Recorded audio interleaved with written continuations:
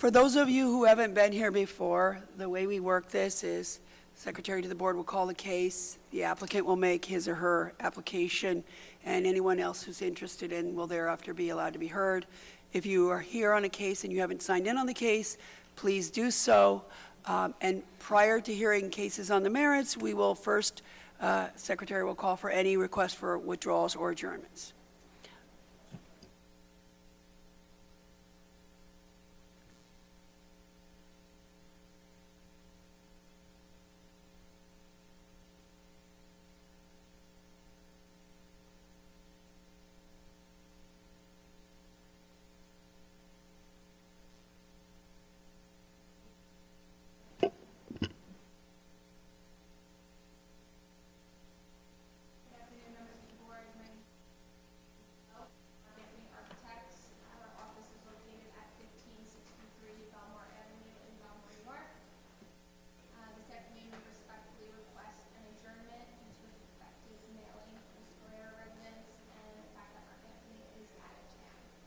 Okay, how much time do you need?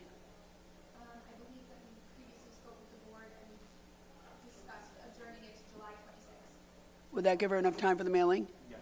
And you're aware of the mailing dates? All right. 2 o'clock, thank you.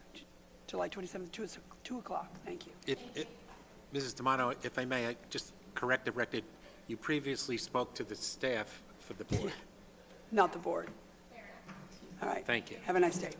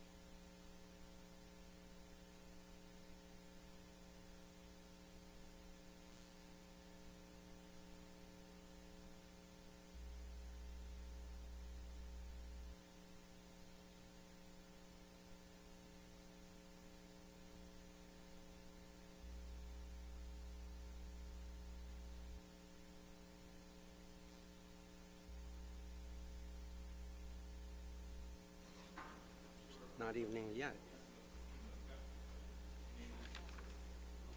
Good afternoon. My name is Paul Dartmeier from Long Island Purchase Permits, 124 Front Street, Suites 205, Massapequa Park, New York, 11762. An agent representing Thomas Gillen, owner of 114 Bobolink Lane, Levittown, New York, Section 45, Block 251, Lot 19. This property is in an LPRD zone.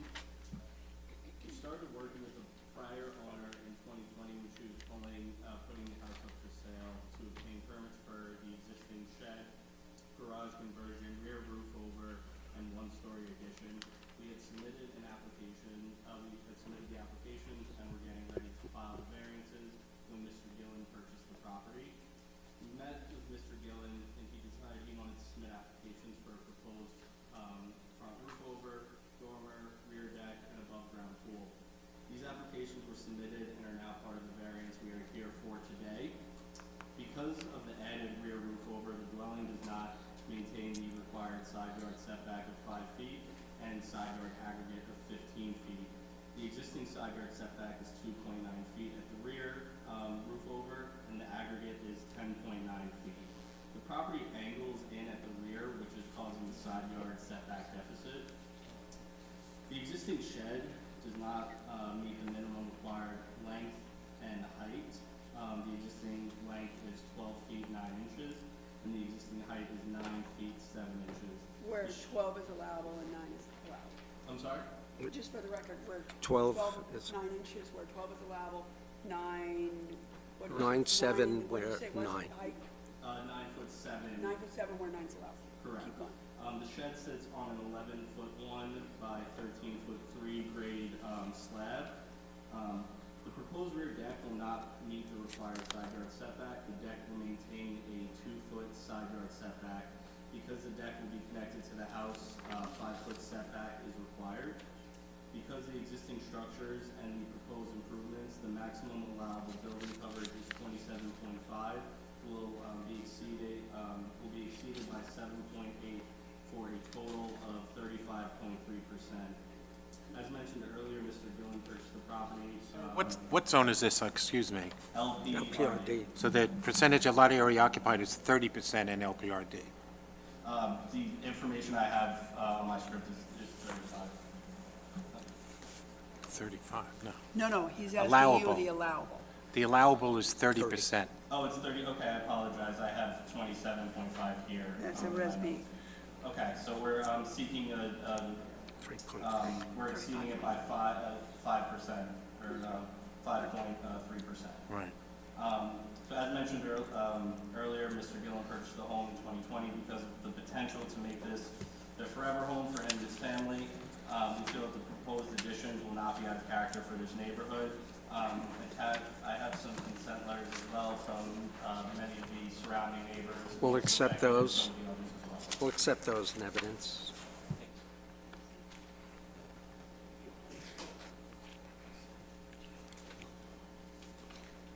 And that concludes my presentation if the board has any questions. Any questions from the board? If not, Mr. Chairman, I would move that the hearing be closed, the matter be placed on the decision calendar. Mr. Gartmeyer, you'll be notified by mail, and everyone else who signed in on the case once the board renders a decision. Okay, thank you. Have a nice day. welcome. Second. All in favor? Aye. Any opposed? Any abstentions? Next, we have cases 43023 to 43223. Near Valley Stream, Primark Corporation. Install illuminated wall sign north facing for retail store on the existing building, which is not the tenant space. Install second illuminated wall sign west facing for retail store on the existing building, which is not the tenant space. Install third illuminated wall sign west facing for retail store on the existing building, which is not tenant space. Southeast corner. Also known as 2034 Green Acres Mall.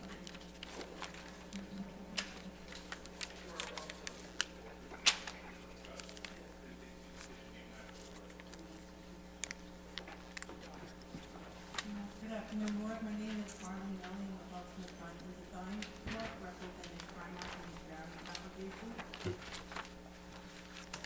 Primark has recently opened at the Green Acres Mall, and they are looking to expand the visibility in that mall, where they have a lot of other signs that are not typically on the building that they are taking over. So there are 3 additional signs which would help the visibility, and it is not common or historically for the mall to have signs on other parts of the mall that are not part of the business front.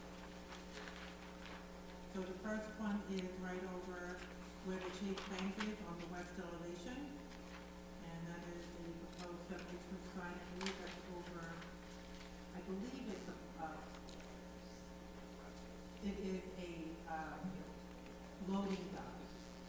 Hold on, just so I'm clear. So when you say the first one, would that be what's denoted as B1 on my diagram? B1, correct. Hold on, I don't have a C1. I have a B1, a B2, a C, and a D. We have a C, we have Cs because they're both the same size. They're both the same size, or they're both the same sign? Same size, height, Oh, just so I'm clear. So they're both the same size, but they're 2 different signs? correct. Okay, so that's 2 signs, which on my diagram that you guys provided, S22505, S22507, is that right? Those are 2 separate signs. Okay, keep going. And then we have another sign being proposed on the parking garage facing west. Okay, would that be called D on our, That is D, correct. that's the 3rd sign? And what is B1 and B2? Are those before us? Those are not before you. Thank you. Okay, so go ahead and tell us what you want to tell us about the signs. Well, we're looking to seek relief from code and to be able to grant these signs to be placed in these locations so that it's a very expansive mall and very heavily traveled, and it gives people the idea of where to go, what is in the shopping center on all the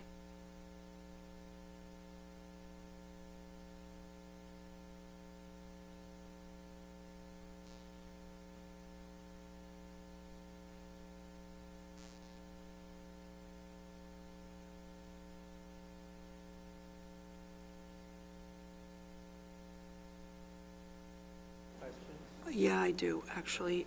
So on the diagram, what's noted C on your diagram, well, let me rephrase that. So on the C that's 505, they show Primark as the proposal, right? On the C that's 507, I see something that says Chase, but oh wait, maybe that says Primark. Right. Oh, yeah, you can't see it. Right of Chase. So where, I couldn't even see it because it's so light, but where it says Primark, that's where the proposal is? I'm sorry? The sign is proposed where the Primark is between the Chase and the Green Acres Mall? That is correct. And it's accurate as to the sign, size proposed? Correct. Any other, the one D on D, which is 22508, that's on the parking garage, right? Correct. On the diagram you've provided, it seems to be the only one on the parking garage. Are there others that are just not shown here? For that parking garage, that's the only sign on that parking garage. There are other parking garages that do have other signs that are on it. Different parking garages and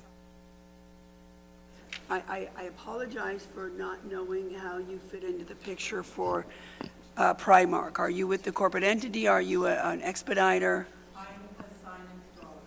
for Primark, like employed? Okay, so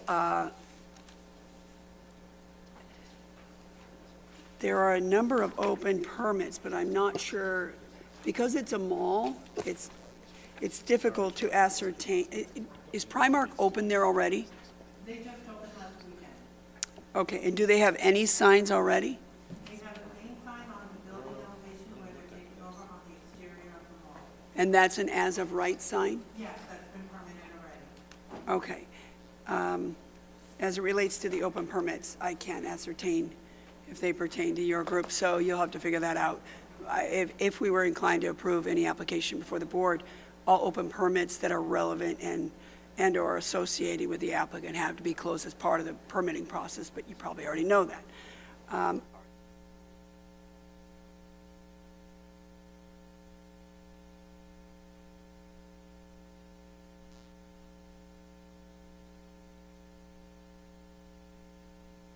it's based on No animated characters, just the interior illumination.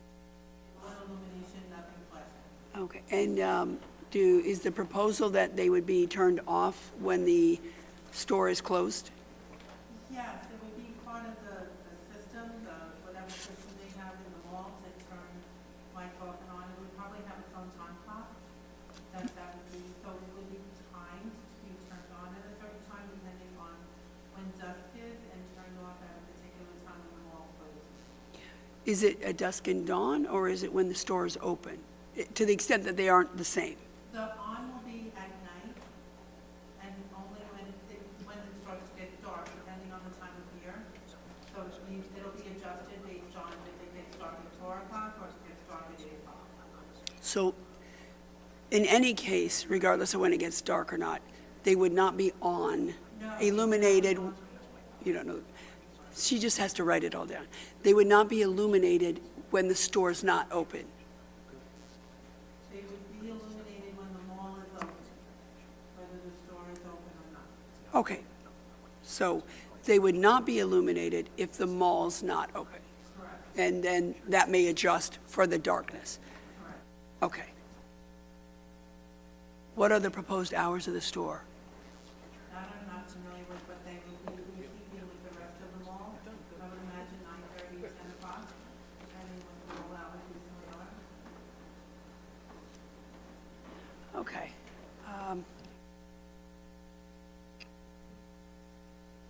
Any other questions from the board?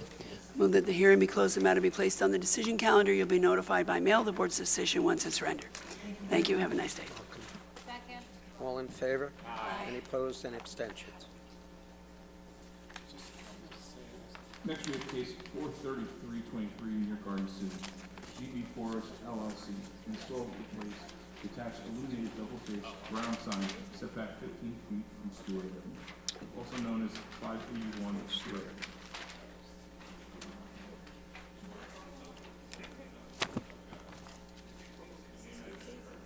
This is a prior case, right?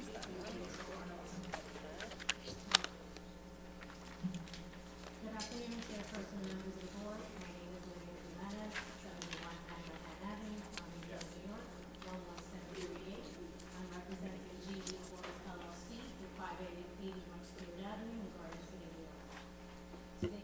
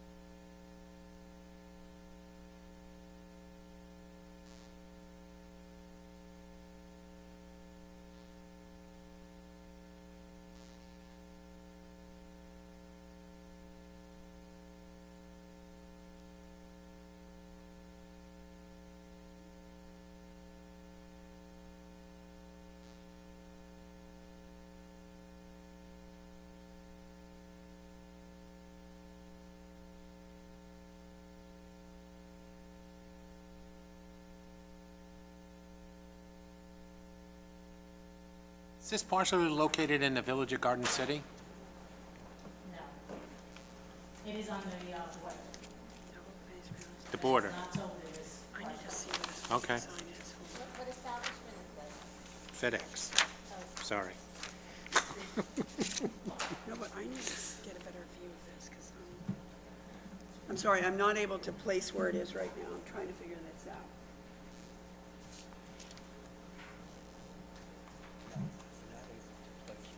No, I can't visualize where it is. It's the FedEx building on Stewart. Oh, it's there. I know where it is. Is there a Starbucks by it? Yes. I know where every stop is. Yes, it's right here. So there's no issue of pulling in or out. You know, my issue is, yeah. Yeah, it's fine. No, Kim was,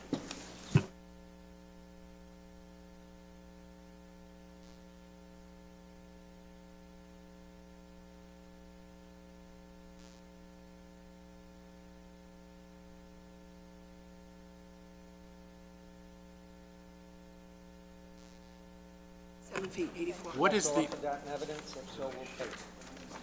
what is the height from the ground to the lower edge of the sign? Height from the ground to the lower edge of the sign That's what I said. is 84 inches. 84 inches. Translation, 7 feet. She's good at that. Is this going to be just attached to the existing sign? Or is it a whole new sign? Okay, What's Thank you. there now, anything? nothing. I'm sure there's not, but there's no moving animation on it. And backlit, I take it. And turned off when the store is not open?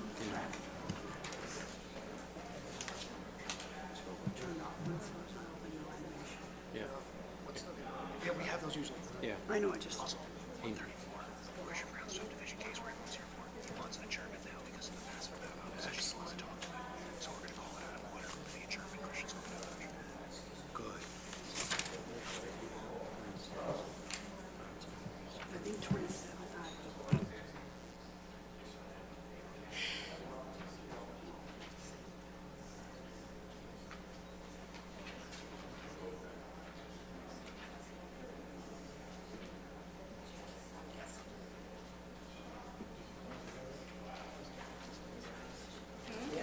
Is there anything else you'd like to add? Any comments from the board? If not, can I have a motion? Mr. Chairman, I move the hearing be closed, the matter be placed on the decision calendar. You'll be notified by mail of the board's decision once it's rendered. Thank you. Second. Aye.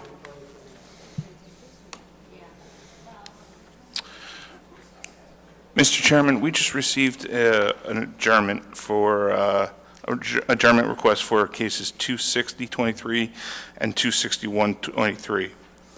Woodmere 134 Ocean Avenue LLC, also known as 134 Ocean Avenue. Plus, adjournments are always taken first.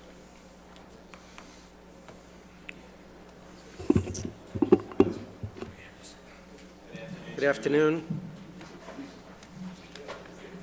Chairs on wheels.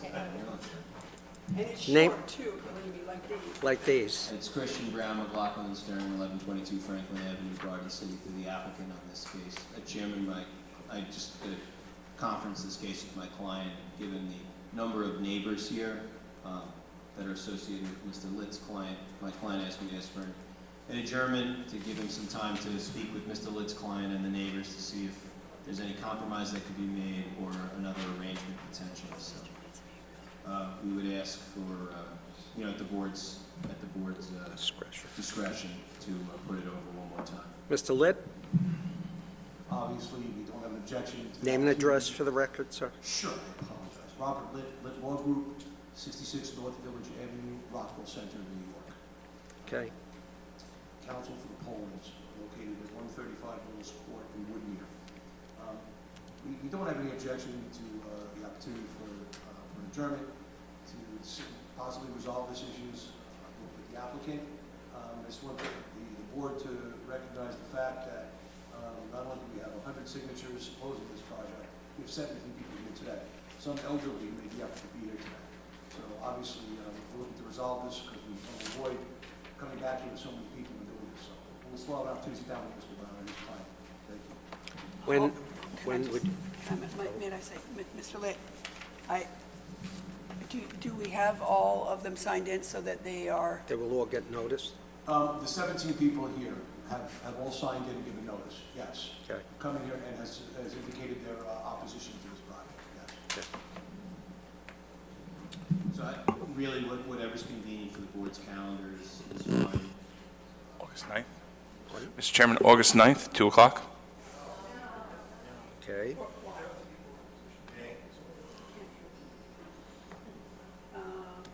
Why not August Mr. Litt, 9th? You want to, You want to speak to your clients and Yeah. try to find a Obviously, suitable my date? clients about a potential adjournment if it did happen. Many of them are away during the summer and then go into the holidays. So you have to be careful what days we pick. So obviously, I'd like to try to put this, if we can, I was going to say, I have to look at my calendar for September with the holidays. Would you like to go out in the hall with the Yes, objectants confirm and the see if you can agree on a date? Yes. that would And be then great. come back in? unified. Okay? Thank you. We appreciate that. Thank you very much. Okay.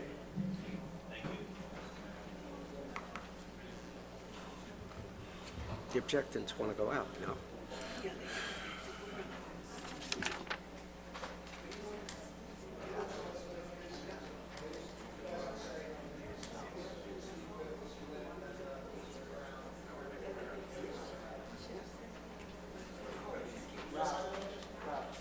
Patrick's going to go out in the hall to see if he can accommodate the dates, so that there won't be any further discussion about what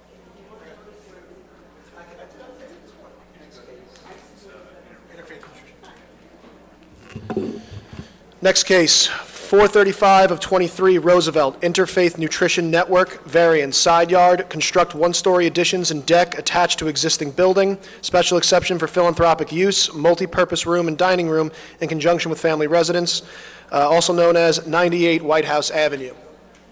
Gentlemen, please raise your right hand. Do you swear or affirm to tell the truth, the whole truth, and nothing but the truth, so help you God? I do. Please take a seat, name and address for the record.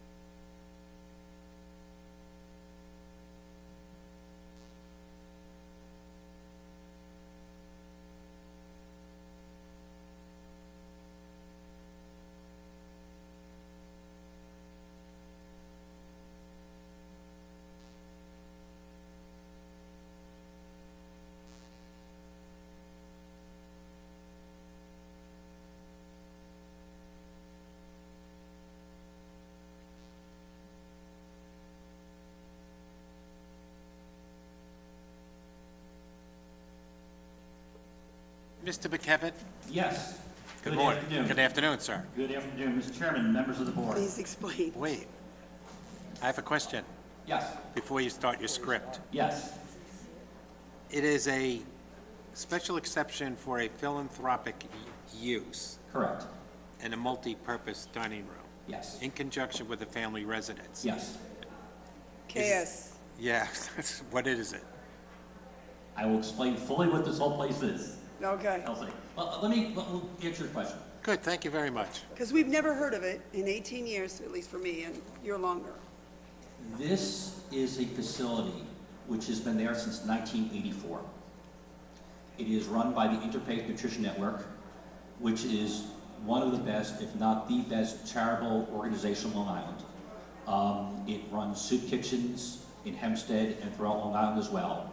And actually, I'm sorry, this is 1984 has been this location. In 1983, it was started by a woman who was a mother of 9 children, plus the chaplain from Hofstra, Brother Mike Moran, who actually I knew back then. And they decided to go and form a charitable organization with interfaiths throughout Long Island for this purpose. In 1984, they acquired this property. And interestingly enough, this property has a non-conforming permit from 1965 from the building department for an apartment with a legal 12 bedrooms. Wait, an apartment with 12 bedrooms? I have the decision right here, I'll give it to you. I'll give it to you since you No, want. but That sounds like multiple apartments. Yes, well, that is, I'm not making a decision up, that's a decision dated, yes.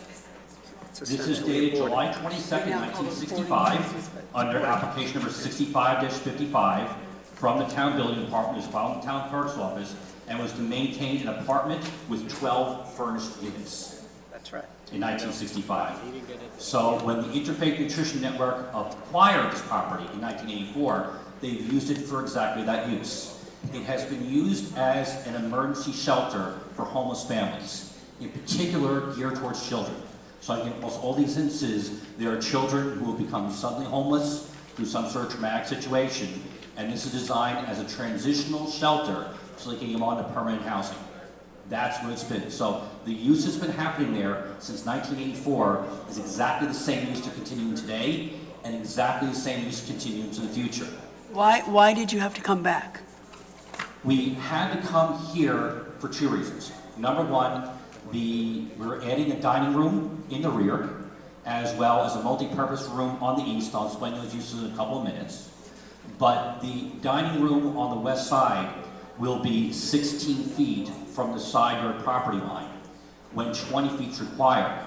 But the 16 feet that we are doing is where the front of the premises is. So I'm harking back, like every time I do a point lookout case, I'm here for a side yard variance, even though we're in line with the premises, the same concept here. The front of the house currently, by the way, the house was built in 1919. And it was determined that it has been this type of non-conforming since, I believe, 1925. But because we're putting the dining room in exactly that portion, the building department determined that a side yard variance is required. So it's coming to this board no matter what. Secondly, after talking with acting Commissioner Jowitz, who had this case for several years, as well as the plan examiner, they just felt that it'd be just better to term this as a philanthropic use because that's really the use it is. They do not pay taxes on this premises. It's tax exempt because it's run by the organization. But when you look at the house, it looks like a family house. You would not know they're there. And that's the purpose why it's designed this way. These are families who've been through a traumatic situation. Or now you can call them out. When I was there one day, school buses were pulling up with children 4 or 5 years old coming from school going to this premises. But it's always looked like a single-family dwelling, et cetera. And always will. Okay, well, that was my question.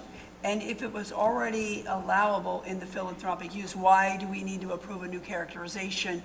And if we did, is it going to change the appearance, which sounds like you're saying already it's not? It's not. Again, this is something, when the building department saw it, it was just, it's unusual. It is very unusual in that regard. You know, having a use like this, but exactly looking at it, it was a 12 family, it'll continue being a 12 family. As we know, a 12 family is unusual as it is. Wait, 12 family or 12? Well, it's an apartment, well, there's one kitchen. There's one kitchen in the premises, there are no door locks, no privacy locks. So under what you characterize, under the town ordinance, town code, this is essentially a one-family residence. It is one family. Again, there's one kitchen, and there's no separation living quarters. But I I'm still confused why we need to address the special exception. Because the building department wanted it. They asked me to. I'm not suggesting Yes. you're inclined, but if this special exception for philanthropic use were denied, what would that mean in essence? Nothing. It changes nothing. You know, the use Okay, continues and exactly if it what were is. granted, It what if changes it nothing. In essence, what you're here for is to construct an addition, Yes. one-story addition yeah, and a deck. nothing more. That's right. Okay, so, That's all we're doing. so let's move forward if you would. And I did, it was my fault that I took you out of your speech. No, I prefer because this answers It's good. probably three-quarters of my script, so I'll skip over a lot of it. Yes, It which- is an unusual facility, that's for sure. Please spare us, yes. Yes, no, listen, just getting for it, it's, located 98 White House Avenue, Roosevelt, north side of White House Avenue, 880 feet west of Nassau Road, section 6, block K, lots 35 through 39 on the land tax map, section 55, block 6, lots 35, 39 on the land tax map in Nassau County, is located residential B zone. I did get photographs to the council, which should be up with the board, just looking what the house looks like today and the surrounding area is all residential. What's unique is that to the north to the back is actually property owned by Liberty Water. There's a well there on the west side of the property. But on the east side is Henry Street Park, which is an interesting conundrum as is because it's owned by Liberty Water. But they've allowed the town of Hempstead to manage 2 baseball fields for their years. And to make it more complicated, the lease between the town and Liberty ran out in 2005. So they're trying to run it back and forth. So the town's been operating as a park, even without a lease. And currently the park is being closed due to some seeding and maintaining of the park, which is right back to this property. TMI, Yes. thank you. But I'm glad there's a park for the kids in the house. Well, it's for the community. You Well, know, but I'm glad Yeah, the kids have a right. park. It's a good location. Actually, on the east side of those premises, there's actually an access route which goes from White House Avenue back to where those ball fields are. The ball fields are actually kind of landlocked in behind a bunch of homes. And this is something which I presume the predecessor of Liberty, whether it was Long Island American Water, Aqua, or it may have been, it's changed names so many times, I can't keep them up with it anymore. But it just allows the kids in the community because they're not using it for their water uses. So Okay. that's that part of the property. So what do you need this addition for? What this addition for is interesting is that, again, we have families who are there who prior COVID were there 4 to 5 months at a time. You know, post-COVID, we're going on maybe sometimes a year sometimes. Okay. The purpose of this home is to have these families in an emergency situation and get them out as soon as possible. Yes. So, for example, we actually have Fred Morris is here today, who is actually a full-time licensed social worker who works in this facility every single day. So we do counseling with the families, talk about job training, application for food stamps, services. So we want to get the families together. We want to have meetings with families as a whole because with the 12 bedrooms, it's very cramped there. So we want to have meetings on a daily or nightly basis talking about how they can, relations with their stories, and they will have meetings on how do they get out of the situation and move on to more permanent housing for them and their children. So it's really just a dining room in the back and a multi-purpose room, just have gathering and talks. But again, we're not increasing the occupancy, not increasing the number of employees, not increasing the use. It's the same exact use, but instead of being this cramped location, we're just gonna have a nice room for them to meet in. And that's really what our application is here for today. Is that it? That's my application. Thank you. Have someone here in opposition I did see that, yes. would like to speak, ma'am? Mr. McCavitt, I think she needs your microphone. Sure. Oh, wait. Oh, we got You one. So she can go to the podium. Podium. She can go to the podium since we have another mic.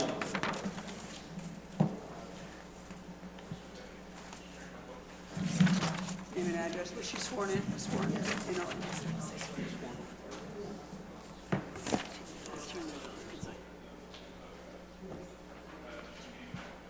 My name is Beryl Jackson. My address is 23 Abbey Place, Roosevelt, New York. Okay, ma'am. What do you have? Okay. Tell us what you'd like us to know. Yep. Oh, okay. I'm in opposition of this project. I live in the area maybe 2 blocks away off of White House Avenue. I have been living there for 30 years. I'm in opposition because of the fact that it is true, there is a little park there. I'm concerned about the kids, I'm concerned about the neighborhood. There's a lot of traffic on that block. There's kids playing on that block. There's trucks, there's cars. there's tenants that, rent. It's just too much congestion to have something like this in the neighborhood. But they don't wish to increase expanding. whatever's there. They want no more bedrooms, no more families. I mean, I'm sure they'd love to have a lot of families if you had a bigger location to help more people, but all they want to do is add a dining room so there's a little more space to eat in. They don't wish to increase the number of people there. And, the park, you don't have to cross the street to go to the park, it looks like, but just so you know, they're not asking to enlarge The facility. The facility, thank you. They're just asking to add a dining room so there's more space to congregate for the people who are already there. The people that's already there. Yes. Right. But my concern is, I understand that, they're not increasing, but my concern is that there's a lot of traffic, and I thought that there was going to be more traffic as far as nutrition services or kitchen services that's going to be added to that. Mr. McKevitt, could you speak to that issue? As I mentioned beforehand, this facility has been operating there for 39 years. It's been there since 1984. We are not increasing the occupancy, not increasing the staff, no increase in the intensity at this location in one bit. No increase. Okay. Anything else you'd like to add? Okay, And thank also, you. just as Mr. Argo mentioned, there is some room in the back. We're actually going to try to find some parking spaces in the back as well too. So, to alleviate any parking there may be in the area, even put that on the property as well too. But if anything, it'll be a lessening of what you see right now. But again, the purpose of the inn is to be good neighbors. And just to apologize, when we realized that we walked around, met all the neighbors, since your house was the very last one in the radius, you're the one house we missed. And I apologize for that. You're very much. So what we do is, we're going to give you the information of our facilities director here, because we want to be good neighbors, we're helping the people in the community. And again, you're the one house we didn't get because you're the last one on the map. That's what it comes down to. But again, we're not changing in any way the operations that's been going there for 39 years. Is that your case, That's Mr. my case, McKevitt? Mr. Chairman. Would someone like to make a motion, one of the board members? Mr. Chairman, I move that this case number 435-2023, and Roosevelt Interfaith Nutrition Network at 98 White House Avenue in Roosevelt be granted as requested. Second. All in favor? Aye. Any opposed and abstentions? Thank you very much, members. You're welcome. Have a nice afternoon. Good luck. Keep up the good work. Doing good work. Yep.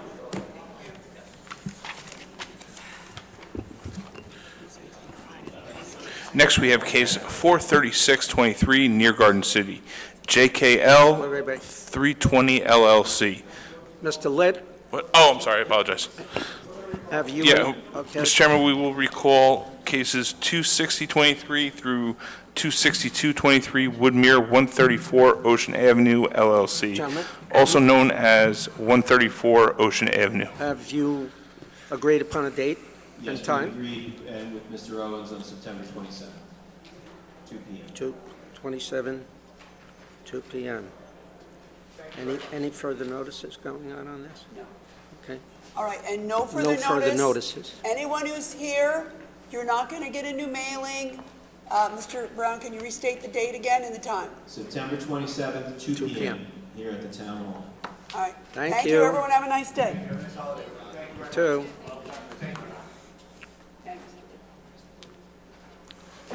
Two for. Okay, next we will have case 43623, Near Garden City, JKL 320 LLC. Variance front yard setback, install concrete pad for argon gas tank, 6-foot-high barbed wire fence not permitted, and bollards projecting over public way, also known as 320 Endo Boulevard.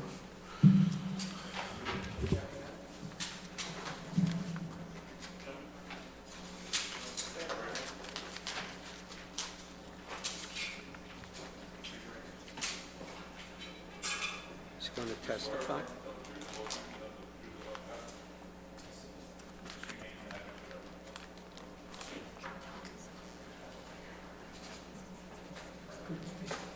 Good afternoon, I'm Kevin Walsh, firm Walsh, Marcus, McDougal, and DeVellis, 229 7th Street, Garden City, New York, for the applicant. Good afternoon. I'm Jordan Finkelstein, 20 Wood Road, Port Washington, New York, 11050.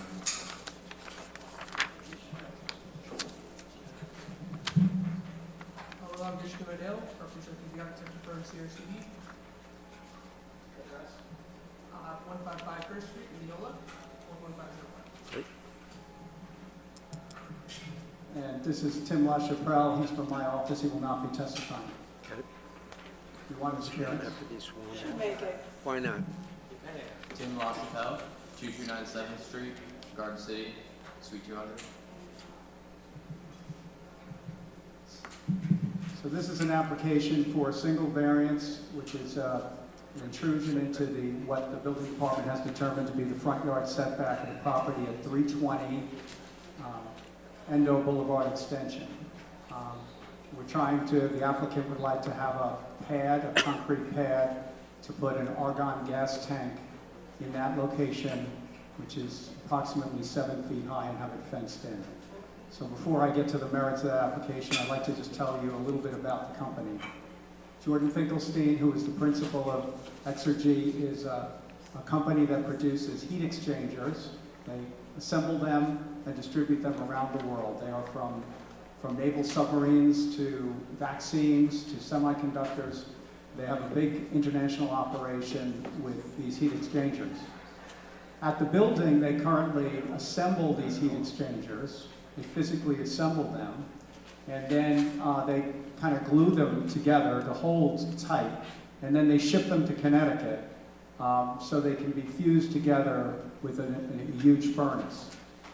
I apologize for my ignorance. So there were vaccines and naval stuff. Can you just give us the, heat exchangers for dummies, a couple sentences, like what it actually is, other than a heat exchanger? So I'm going to ask, Jordan, do you mind just telling me? Sure. A heat exchanger is very common. It's like a radiator in your car. The radiator cools the engine using oil and air to cool the oil, so that's a heat exchanger. We make very specialized, unique heat exchangers. We're the only ones in the world that make the type that we do. So it cools one medium, like water, using another medium, like oil. And how does that relate to vaccines, out of curiosity? Like, Sure. just so I can get the full breadth. Sure. So we made all the heat exchangers for every COVID vaccine, for Pfizer, Moderna, the ones in India as well, and China. So what it does is the heat exchanger has to cool the purified water that they use to make the drugs. They have purified water throughout the whole facility. They have to heat it very high temperature in order to kill all the bacteria that could grow in the purified water. When they need to use it at the time to make the drugs, they have to cool that purified water down, and it goes through our heat exchanger. And it's a very sanitary type of heat exchanger, specialized, unique for that application. So you make from small heat exchangers of some size. What is the smallest, roughly, and the largest? So smallest, I've got a picture here, but the smallest is like this big. Okay. The largest is like this big. Oh, okay. Good. So we make very small, we call them miniature heat exchangers, because some heat exchangers can be used for oil refinery and could be the size of this room or bigger. Do you only make them, or do you also deal on the premises with the chemicals and other things used to, depending on what water or oil or liquid or air you're using as a cooling element? So do you deal in those chemicals on the premises also, or just construct the construct. hardware? We design, we do the engineering, we do the design. Everything is uniquely designed. Per each application is different, but we don't have any of the fluids or chemicals. It's all done analytically, thermodynamically on computers to size the proper heat exchanger. So you design, do you also construct? Yes. Design, construct, but not operate? Correct. No testing even? You got We'll do a lead test just to make sure that this portion is done right. But we have the software to say it's going to work. We've been in business for over 40 years, and we're experts at that performance guarantee. Mr. Walsh, would you like to continue? Yes. So what's missing from the equation is that for the last 20 or some years, they've had to ship this put together or assembled heat exchangers. They have to ship them to a company in Connecticut to put them in an enormous oven. You'd see the size of this oven. They have to fuse them together, tremendous heat. They do, every one of them they ship there, and then they get returned to them, and then they distribute them around the world. So that has become a little bit less reliable in the last couple of years.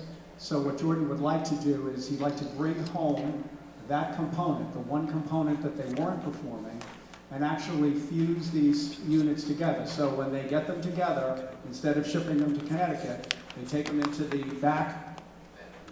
vacuum furnace that they have, that they've already installed. It's a $2 million commitment, and then they can no longer have to ship them. They go right from there to wherever in the world they're being used. The one item that they need, that they don't have inside the building, which they are, and it gets us to this request, is the location for argon gas. They need to have a tank of argon gas, because that's very important in cooling this huge furnace during its application, during its use. So the furnace is already installed inside as of right? As of right. It is, we are a factory and we installed it. So it's really just to get the ability to put this one tank in the exterior of the building so that we can complete the process to do it. The tank, argon gas, is stable, it is non-flammable, it doesn't present any particular danger where it would be located. In fact, it's more dangerous to have it inside because it's quiet and it could actually, a leak could take oxygen out of the air. But outside, it's very safe and very stable. In fact, I'm going to show you a photograph of the building across from us has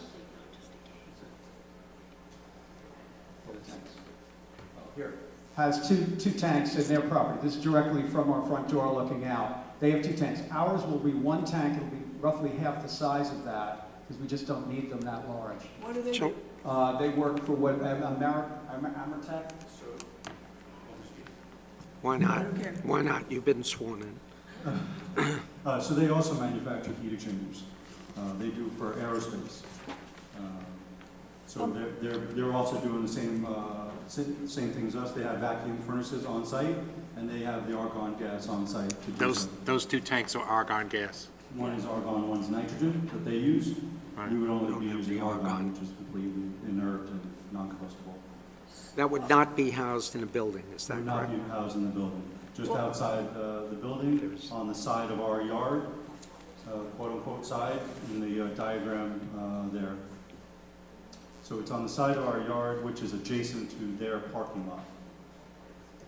And they've already given us the approval to go ahead to do that. As a neighbor, I asked them if they had any concerns. So they're the only neighbor that has any visibility to our property. They're adjacent to us. They have tanks. They consented. I have for copies for you. We've showed them on this consent before I submit it. We've showed them the location of where it would be, and they've consented to its location and our use of it. We'll take that in evidence. So you also want to protect us with barbed wire? Well, we don't need, we checked, since we filed, we checked the manufacturer's spec. Barbed wire is not necessary for this tank. So we've removed in our last set of drawings the barbed wire. So you're going to withdraw that portion of the That application? portion would be withdrawn. Thank you. Would you mind looking at the plans? I'm very bad at this one. That indicate the various specs for how far away from things the gas needs to be located. The concrete loading ramp, if I'm looking at this correctly, is the concrete loading ramp on your site plan what's on my calendar as the concrete pad for argon gas? Is that the same thing? Yes. So I see that it's right up against what appears to be the property line. So just to go through is, for example, it says combustible materials need to be at least 15 feet away from the gas. Is that the case? I don't know what's on the neighboring property. There's no combustible materials. On the neighboring property? Right. What is there? It's a Parking lot. It's all a parking lot there. It's gas. So the gas in the car Gas in the car. is incombustible? There's no issue. It's a It's not combustible gas, the argon gas. Our gas. Our Yeah, gas. argon is a non-combustible.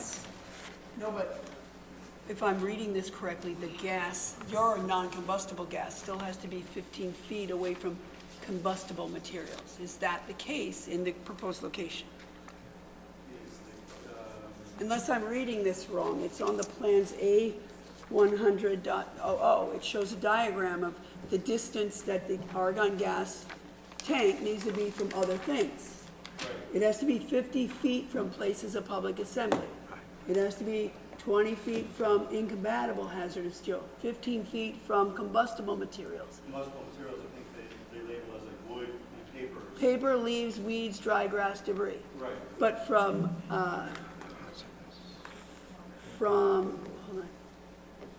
hazardous materials, which I assume would include gasoline, I don't know, 20 feet, for example, and wall openings, only 1 foot.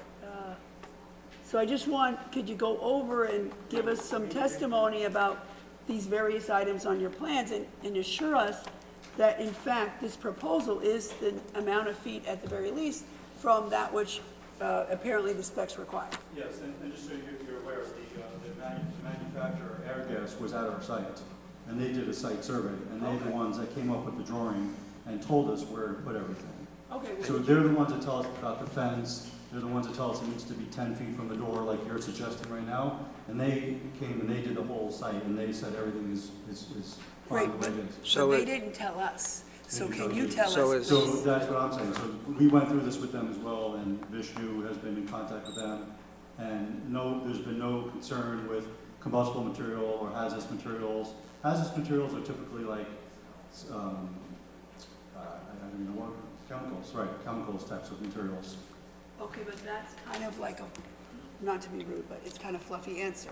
I get they told you and you're assured, but we weren't at the meeting. Right. So can you just go through and assure us that the proposed site of what you want us to grant here is in fact compliant with these specs?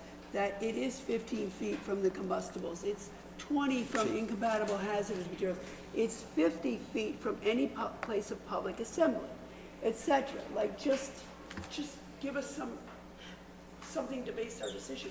Yeah, so we've gone through this with them, each of these things, and there was no concern about combustible. There's nothing combustible, hazardous.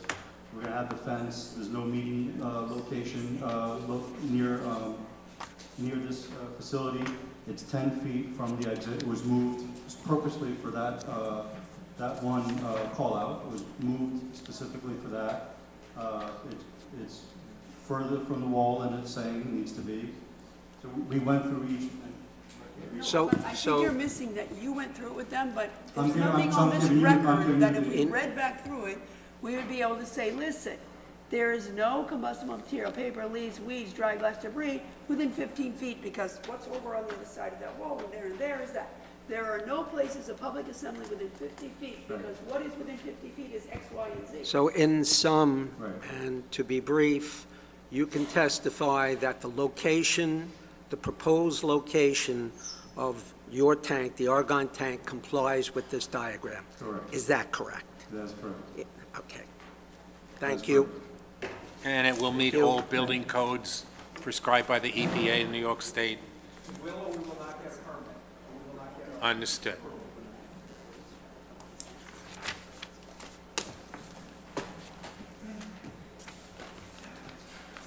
Mr. Walsh? Unless there are further questions, I would just sum up by saying the benefit to the applicant here is significant. This will create a few more jobs and keep less trucks going in and out of the site because we don't need to, we've gotten rid of that distribution and that component of the process. We brought it in-house to the town of Hempstead, and it's a much more efficient way. It's profitable for the client. They've invested significant money to make this happen, and we're hoping they do it favorably upon the application. Thank you. Thank you. Do I have any other questions from the board? Move the hearing be closed, the matter be placed on the decision calendar. Everyone who signed in on the case will receive a copy of the board's decision by mail. Thank you, have a nice day. Thank you. Second. All in favor?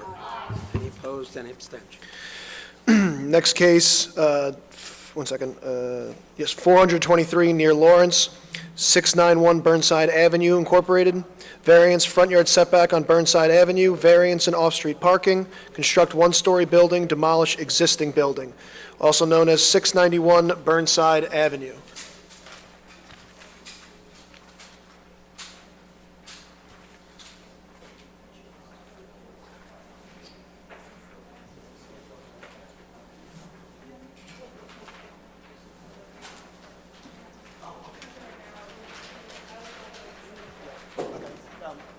Mr. Chairman, it's okay if the stenographer just gets, yeah, 1 second. Yeah, go, yeah.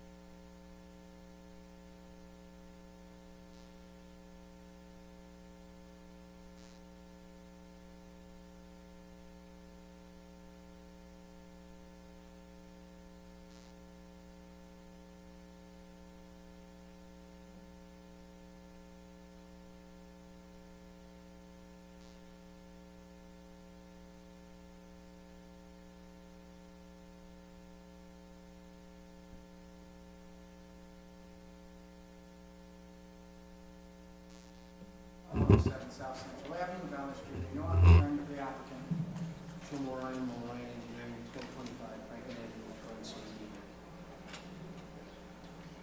Good afternoon. The application before you today is for a parking variance and a front yard setback variance in connection with the proposed construction of a 1,893 square foot retail building. Subject premises is located on the northwest corner of Burnside Avenue and Garden Lane in Lawrence.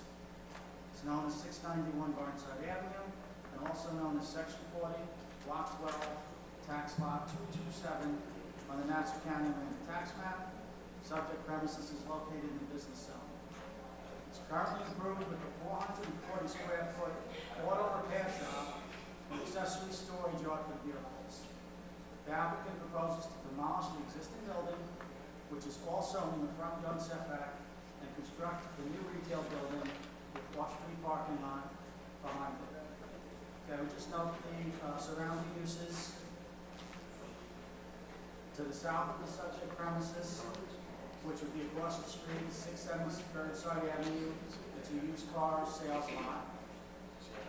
To the west of the subject premises, which is directly adjacent, 661 Burnside Avenue is another auto repair shop.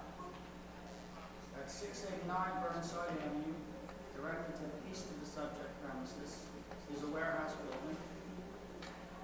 And 15 Garden Lane, which would be right behind us, to the north of the subject premises, is another industrial building in the industrial zone. And also across the street at 686 Burnside Avenue, south of the subject premises, is an auto body collision and repair shop.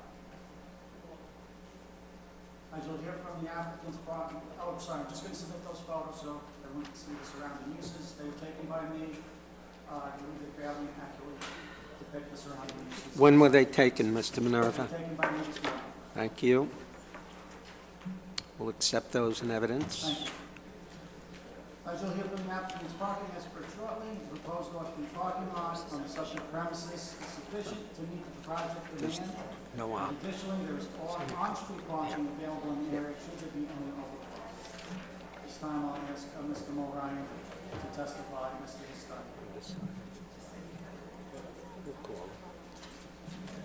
Good afternoon. Mr. Mulryan, Mr. Mulryan, for those of you who aren't familiar with these proceedings, Mr. Mulryan has been qualified as a parking expert before this board on numerous occasions.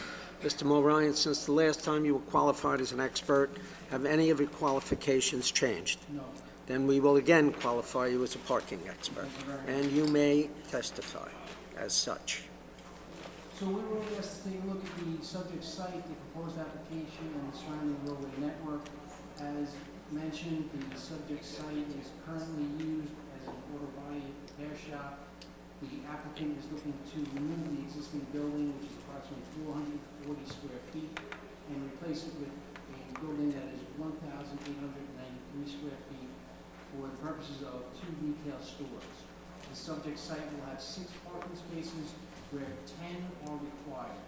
So there's a shortfall of 4 parking spaces for the subject site based on the proposed building. The proposed building will have a corner that is cut at an angle to increase visibility at the intersection. The existing building sits within that triangle. So the building that is proposed will take up the front of the property. The rear of the property will be used for parking, similar to what it is used for today. The building backs up onto an industrial use. It is located at Burnside and Garden Lane. Garden Lane has numerous industrial uses. There are large trucks that come and go from the subject site. There is a United Rental facility. There is a contractor engineer on the block. And around the corner, there are some residential homes. The first side street that you reach when you go north from Burnside Avenue is Buena Vista. That street has 2 sections. The first section is along a parking lot that's provided for an office building and a contractor, and the second portion is residential. Those homes that are on Buena Vista are protected from off-street parking via a no parking restriction from 7 a.m. to 3 p.m. during the week. What we found is the subject site and the proposed development based on the Institute of Transportation Engineers will generate approximately 5 vehicles at peak times. There is 6 parking spaces on site, so we believe that the vast majority of time, these parking within the subject site will be adequate for the proposed development. However, we did find that in addition to the parking on site, there is parking along Garden Lane within the industrial area in order to provide for any overflow parking that may come from the I apologize if you said it. How many spaces are required, and what does your client provide? 10 per total, 6 on site. 10 and 6. So we're asking for a variance for 4 parking spaces. One of the parking spaces on the subject site is ADA compliant, so that takes up a area that we otherwise would use for parking, but based on the ADA requirements, we are required to provide a handicap parking space on site. Again, there is a large number of trucks in this area, so one truck leaves, it will free up 2 or 3 spots on the street. And this area, once again, is very industrial in nature. We're next to an auto body facility. We're down the block from an office contractor. We believe that any use that is built here, any tenancy that would come to this site would benefit from the people that are already in the area, as opposed to someone driving to this location to come. The area is largely commercial, and there are also retail centers to the east, and there's retail around the perimeter of the property. There's no parking on Burnside, and we are next to the Nassau Expressway, which is raised above the property. So this is a location that will benefit from local business as opposed to drawing business in from outside the area. We believe that the parking available within the subject site and within the streets in proximity to the facility will be able to accommodate the proposed development. I don't feel that there'll be any adverse impact based on the proposal. If there's any questions, I'd be happy to try to answer. No. Anyone else on the board have any questions for Mr. Mulryan? Mr. Minerva, maybe I missed it, but what are the requirements what are you asking for in terms of front yard setback back on Burnside? So, the existing front yard setback, I think, is 10, numbers. We were asking, we're gonna have a setback on garden line of 10.4, which is compliant. Right. The existing one is 10.2. And on Burnside Avenue, we're asking for a front yard setback of 5.5, where 10 feet is required. And again, the existing building we're demolishing is within that front yard setback. It's actually closer to the corner. We're cutting the building to make better What site you propose. visibility. And we need that setback because that will give us enough room to have the 18 feet deep parking stall size that's required by code, along with the 24-foot wide maneuvering aisle. So when we lay that out, it results in the 5.5-foot front yard setback request, whereas 10 is required. Okay, thank you. Is that your case, Mr. Minerva? I would just conclude by indicating, based on Mr. Ryan's testimony and the evidence I submitted, that proposals in keeping with the character of air will not be detrimental, and we request for favorable consideration. We have someone here who is undecided, Mr. Hams. Would you like to comment?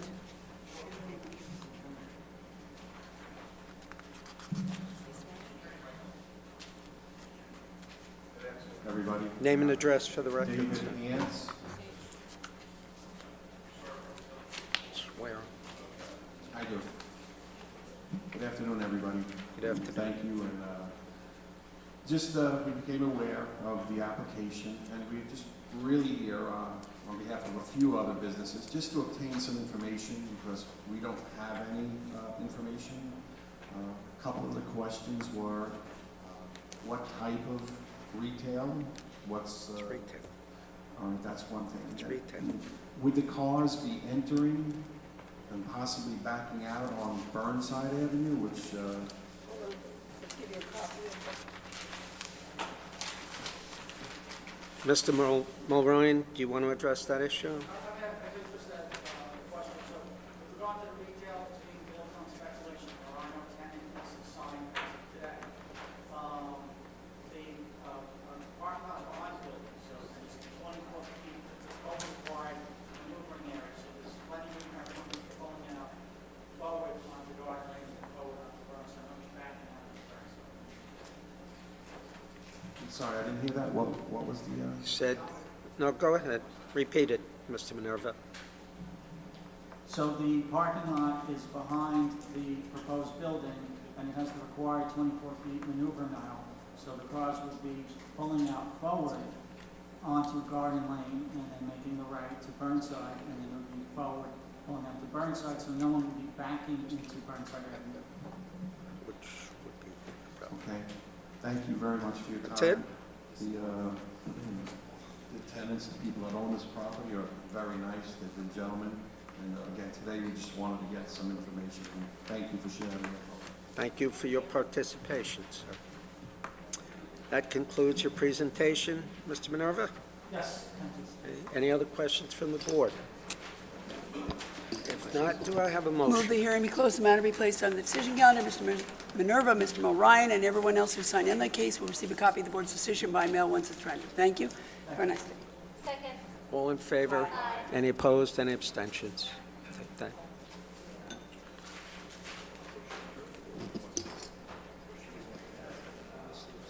Stephanie, you think you need to take a break because the time's getting short?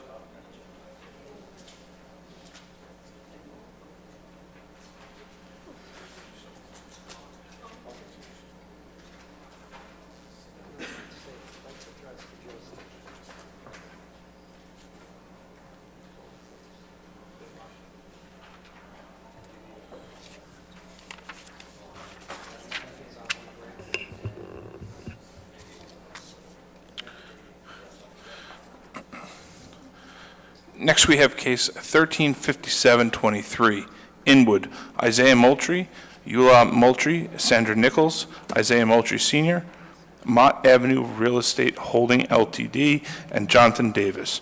special exception to exceed floor-air ratio, variances, height exceeds number of stories, lot area occupied, front yard setback on Bayview Avenue and Russell Place, and within clear sight triangle on both streets, side yard, rear yard, construct a 5-story multifamily building with accessory parking in portion of first floor. Rehearing of case 18520, northwest corner, Bayview Avenue and Russell Place.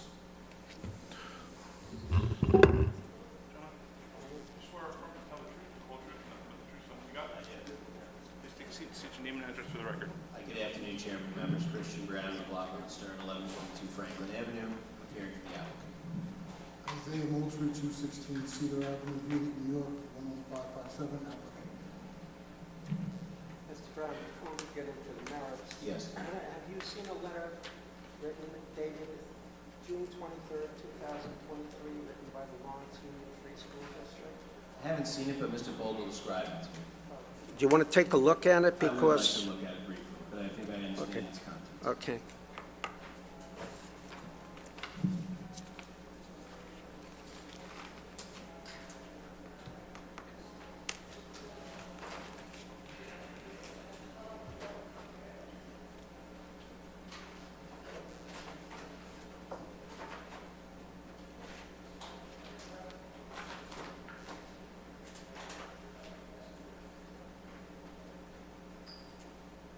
So, I understand the argument that the school district is making. First of all, they were here before, as you know, by council and requested an adjournment.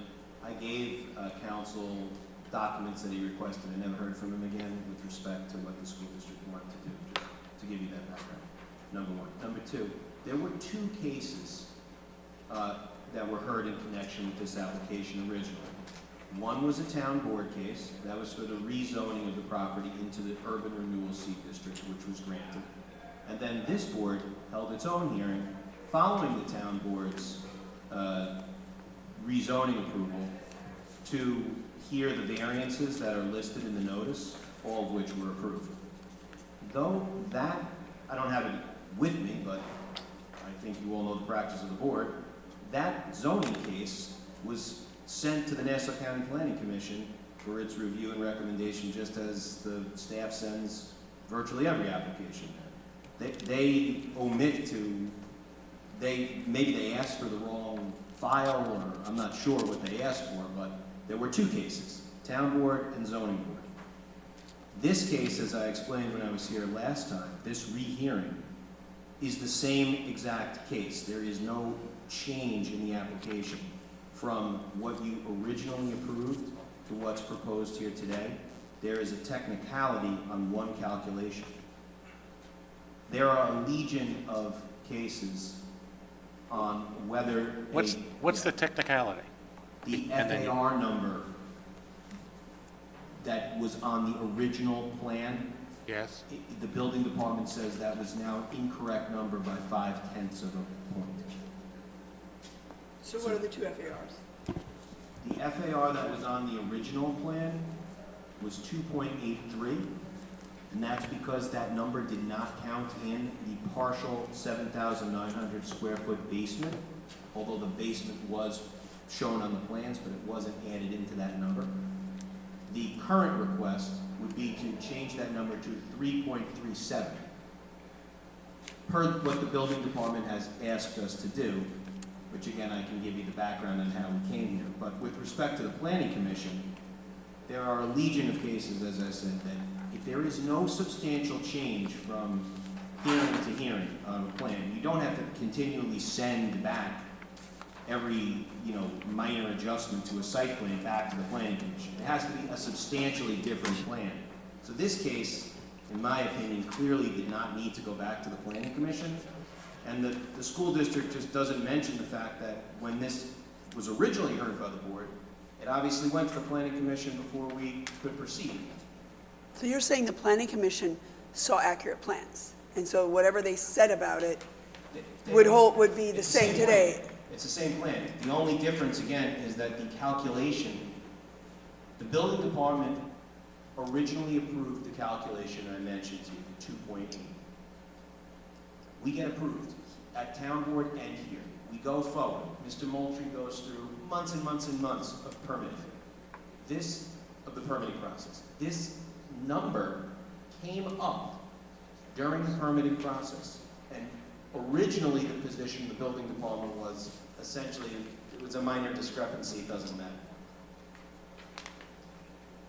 Later on, after there was some litigation over the permit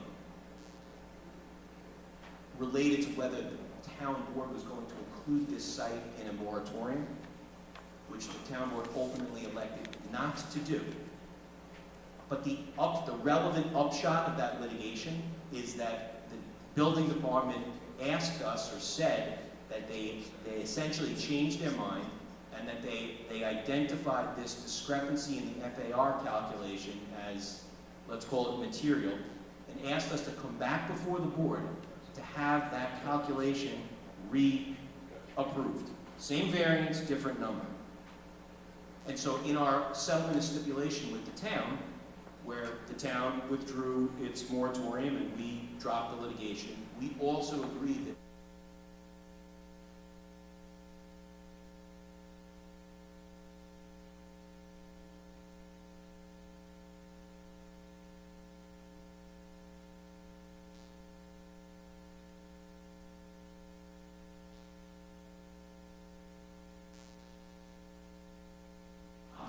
across the street from this Russell Banks place, one for the building and one for a parking lot.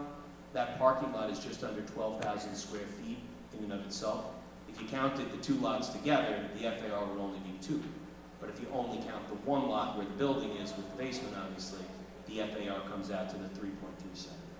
But nothing changed from what we saw before to now? Nothing. Other than characterization, and nothing changed from what the NCPC said? Correct.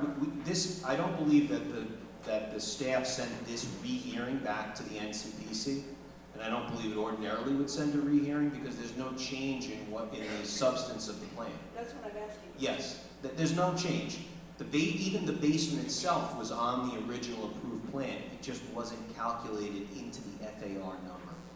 So essentially what's happened here is Mr. Moultrie and his group have spent 18 months or so going through all of the steps to obtain a building permit, including going to New York State to obtain a dewatering permit, which is an extensive process in and of itself.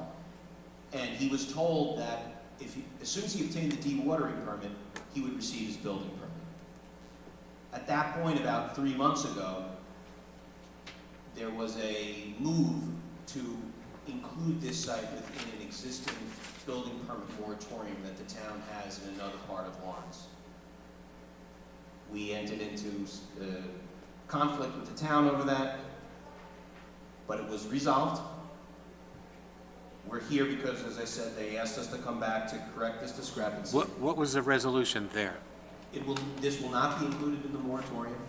We will not litigate against the town or seek any damages against the town, and we will agree to come back to this board to correct this discrepancy. That's why we're here. That's why we're here. If you reapprove this case, reapprove this FAR variance essentially, or special exception technically, Mr. Moultrie will receive his building permit.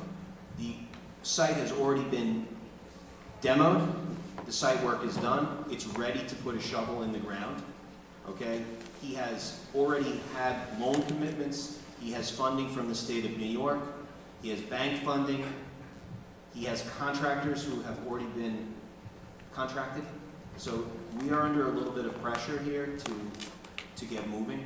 Unfortunately, we've already lost about 4 months because of this conflict, but I'm happy to say it's resolved. And if you would be so kind as to approve this 0.5% deviation, Mr. Moultrie can get his building permit and build this building. As you can see, it's a disastrous mess there.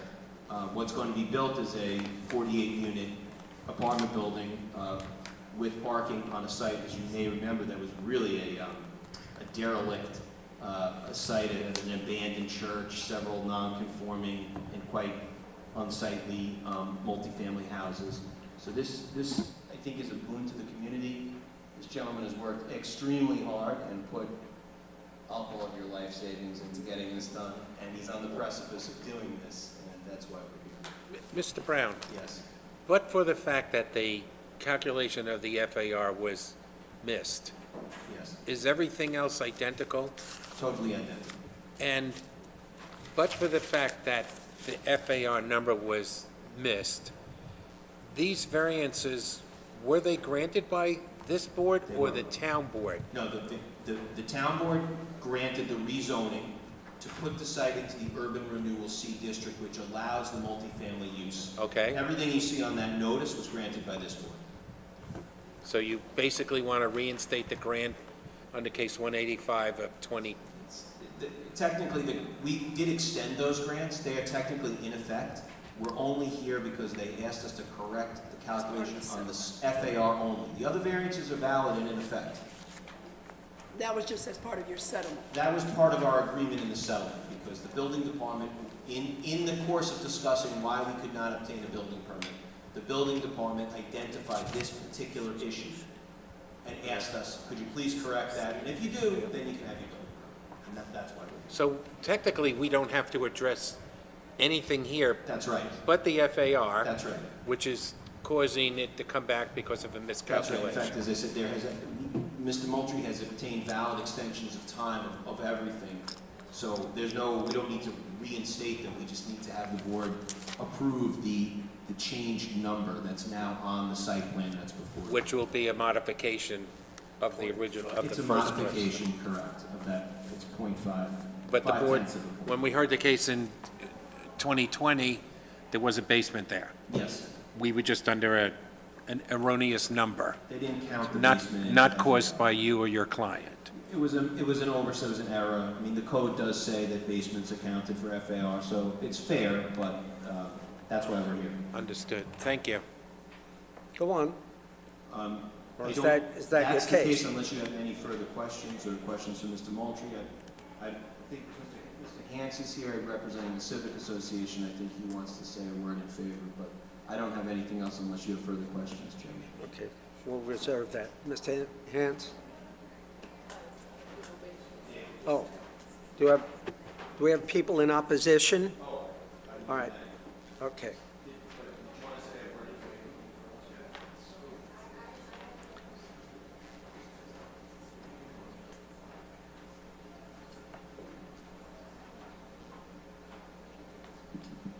David Hand, 17 Meadow Road, Inwood, New York. I'm here in the capacity as president of the Inwood Civic Association. I'm here with my board chair, Michael Greiner. He's chairman of the board of the same Inwood Civic Association. We're basically just here to reiterate our support for this project.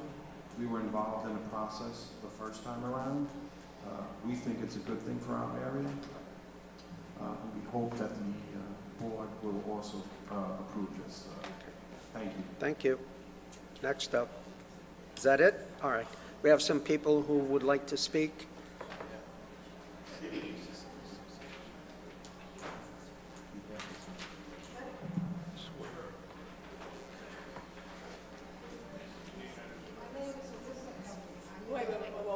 Could you speak into the microphone? Good afternoon, my name is Alyssa L. I live on 99 Jeanette Avenue in Elmwood. The property that they talking about, my house set on Jeanette, there's in the back of mine. So my thing is, when they start digging, building anything, what is that going to do to my house? Because any of those are old houses, I fix up my house, but I need to know because all the trash that is in that lot now, mouses and stuff is coming to people's houses.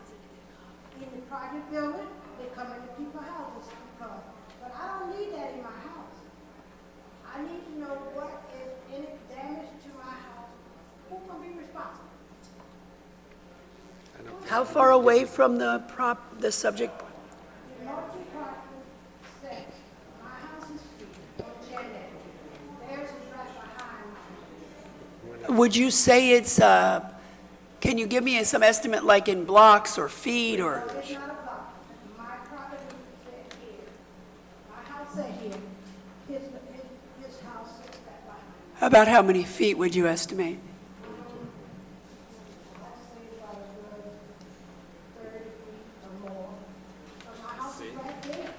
What is your address? 99 Janet Avenue. And your last name is? Mr. Brown, is there any chance your client's familiar with this and can address this? So this lady, she backs up to the second lot, that's just the parking lot, so the good news for her is no building is gonna be built on that lot, it's just gonna be a parking area. Make sure. You understand, there won't be a building on the lot that is close to you, that's gonna be a parking lot. Here's-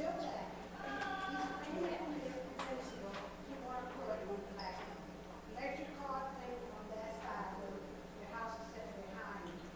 Then the house that they talk about the neighbor's house, which is being front on Baby would have in it, they talking about putting the parking lot there. But I want to know the fumes and everything else that coming from these cars and everything else. Because my house set right there, I was in my house for 44 years. I take very good care of my car. I don't need no other thing rolling or nothing else coming to my house. I don't need my house shaking. I need to know when they stop building this building, when they're gonna stop, what time they're gonna stop, and what time they're gonna stop. Mr. Brown, could you give us an estimate of how long the construction will take and what hours will be used, what the hours of operation? Good afternoon to the board. The estimate of construction probably about 16 months. Where her property is adjacent to, there will be no digging. There'll be demolishing of the existing structures, and then it'll just be paved for parking. There will not be any digging. How long do we, Landscape. how long do we think it will take to demolish the structure? A month. When, To demolish the structures that are there, it'll take a month. Then to pave and to go over, we're probably looking at a 3 to 4 month period. and that'll be done immediately? That'll be done If this board grants the Yes. application, that'll be done immediately? That'll be done immediately. What are the hours during each day? What days and what hours? Monday through Friday, 8 to 4, 9 to 5 in those hours. There won't be anything other than that. No weekends, nothing earlier or later than that? No weekends or anything. What steps will you be taking during the demolition of that to not have any noise, debris, et cetera, go on to this lady's property? We're putting fencing up and screen fencing so that no debris should reach her property. There's 6-foot fencing along the demolished area where we're demolishing, so nothing should affect her in any way where she's. Can you give her your, I'm sorry, Mr. Chairman. I was going to suggest, I know exactly what Can you you're going to please say. give her your The contact phone number. information in case something? We're actually related, so she. Therein lies the Well, problem. this is the Hatfields and McCoys or something. So she has my information. Okay. That's a good one. That's the first in 18 years I've seen of that. Hold on, one at a time, go ahead. Could you please speak into the microphone? On Janet Avenue, they also putting 2 houses there on that lot, but it's another person that's building there. So I'm gonna have building behind me and building on the side of me. Just to clarify, ma'am, It's 3 Mr. floors Moultrie, and- you want to, Do with those other 2 houses. We don't ownership or anything like that. did you hear what he said, ma'am?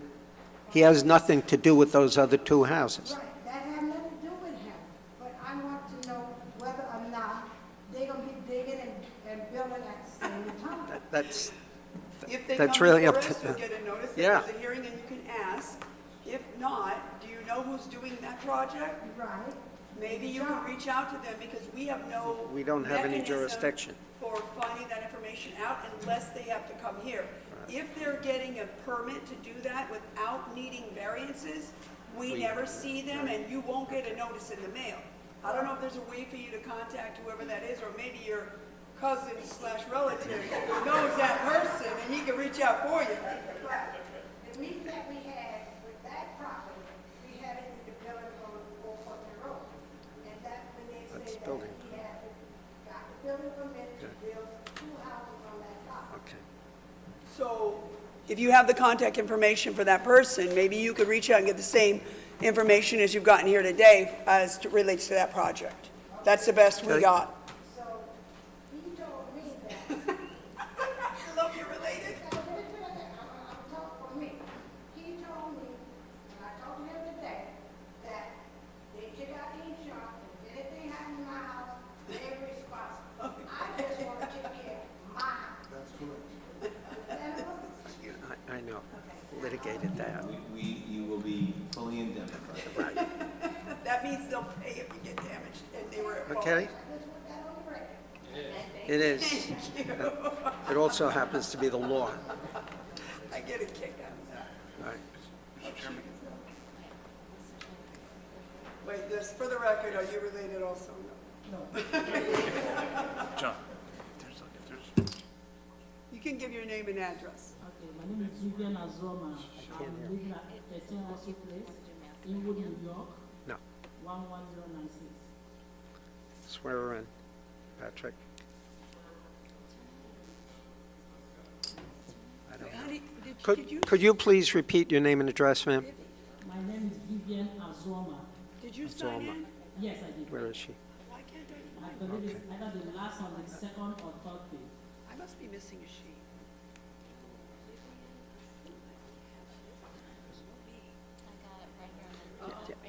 Patrick, Patrick.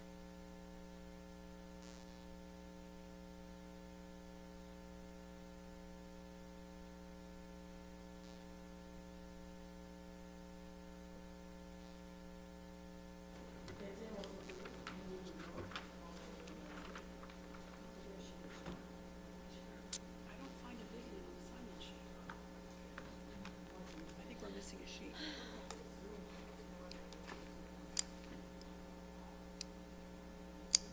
How many sheets are there? 3. It's just important so you get a copy of the decision. That's why it matters. Frustrated. Let's just have her re-sign in.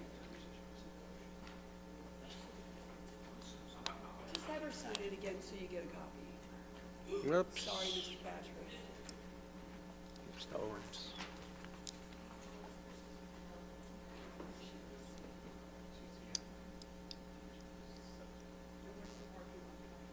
Parking lot is to the west. Parking lot is to the east. That's the whole thing. No, this is, That's gonna be parking also. this is the part. Yeah. Of course, they said it was 12,000 square feet with 120 by 100. Yeah. That's all of it. Mr. Brown, it, is the, I'm looking at the subject property, is the proposed parking lot east-west, assuming north is up? It's north-south. Look. It's, yes, East and west of one another. correct. Yeah. No, it's yes, according to, yes. We done, okay. There's currently a one-family dwelling there or something like that? Yes.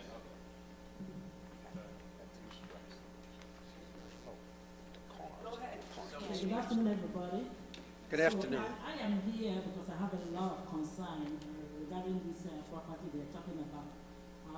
Forgive me about the technicalities if I don't know the technicalities, but the variance that they're talking about that wasn't in the first original hearing or whatever, I think it makes him encroach into the road. We have access roads to, it's about 4 properties in that street, if I may say. What road do you think it encroaches The on? Russell place. So I have my house sitting, I share the boundary, the fence with him, and then my house is like less than 5 feet from the construction site. So far, what they have done in the yard is shaking my building, if I may say right now. The little thing that they have done there, and to have them build 5-story building there. I am not a self-employed person. I am working under the club. They have to guarantee me that when they are doing whatever they are doing, they're not blocking the road. I have to still have access to get to my work back and forth. I have lived in that block for almost 20 years, where I raised 8 children. Give me 1 second. What kind of road is that, Mr. Brown? Russell Place is a No, but what privately owned, it's a privately owned road. It's not, Who owns it? I own it. It's attached to the deed. Each property in the back has an easement. Okay, so she has an easement, She has Ms. an Brown? She hasn't, so as I'm sorry. Go ahead. As I spoke with her before at the last hearing, I explained when I demolish the first property, I'm going to give them access to park and to tread through that property if we have to close the road at any time. We will not hinder them in any kind of way from accessing their properties. No, so they have an absolute right as an easement to cross over. But Yes. I understand, you're saying if there is a short period of time where you need to, for some reason, occupy that as part of construction, you're assuring them, how many of them are there? How many people need this, use this? There are three other houses in the rear behind that. So we would basically move the road over and give them. Temporarily? Temporarily. Because you can't permanently do it without, What we're gonna do is we're gonna demolish Mr. Brown, this. you've advised. He's absolutely correct. Russell Banks Place, it's a mapped street. It's on the tax maps and so forth, but it's not owned by the town of Hempstead. These neighbors have an absolute right of access to it. We don't dispute that. And obviously, as occurs with construction sites from time to time, there are accommodations that have to be made, but You'd redirect them through but the access east? will be assured. No one's access will be cut off, and we're not denying that. The street functions like any other street, essentially. So Right. they will not be prevented from getting to their homes, and that will be for a temporary period if equipment has to be put there, but they will be able to come in through what will be the parking lot and just go around the equipment and continue up the rest of Russell. In an appropriate way, 100%. not like some junky No. thing and, delayed and all that, right? No, there's plenty of width of the parking lot. There's no, and these homes are all located up at the northern part, so they just have to go around the construction area, which is closer to Bayview, and they'll be able to get to their house. Is that a fair statement, Mr. Moultrie? There are signs up, there's no parking allowed on Russell Place, which is why it's congested now, because everyone parks there. The police get tickets, so what we would do is we would give access. And I don't foresee having to shut down Russell Place, but God forbid if something happened, we would give them access through the parking lot of what would be actually the building parking lot. We would get during that short period of time, and that we would do that. And I don't see it being a problem. I don't see us denying access for anyone. It's a private road, but the police ticket people on it? Yeah, because there's signs saying no standing, no parking, and there are at least 5 signs there. Can I say something? Yes.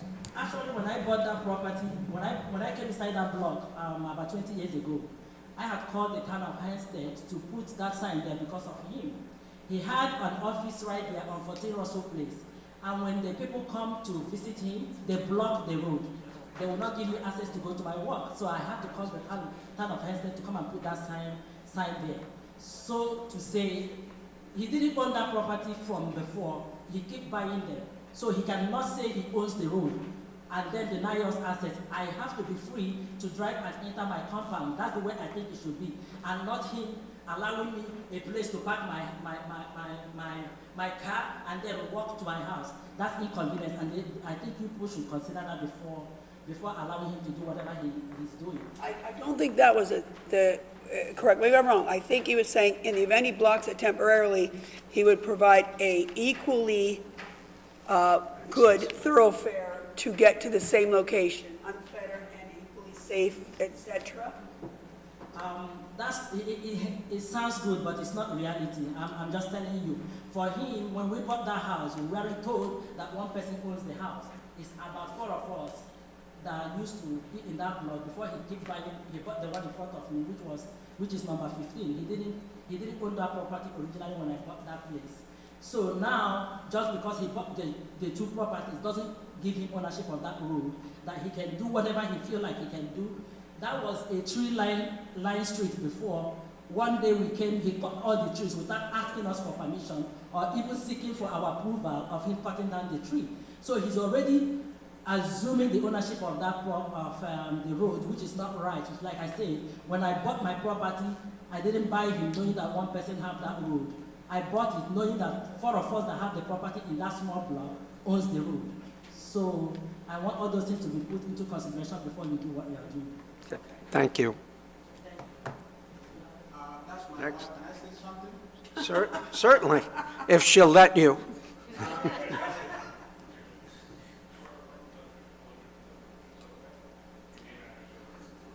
My name is Samuel. Is the acting also placed in.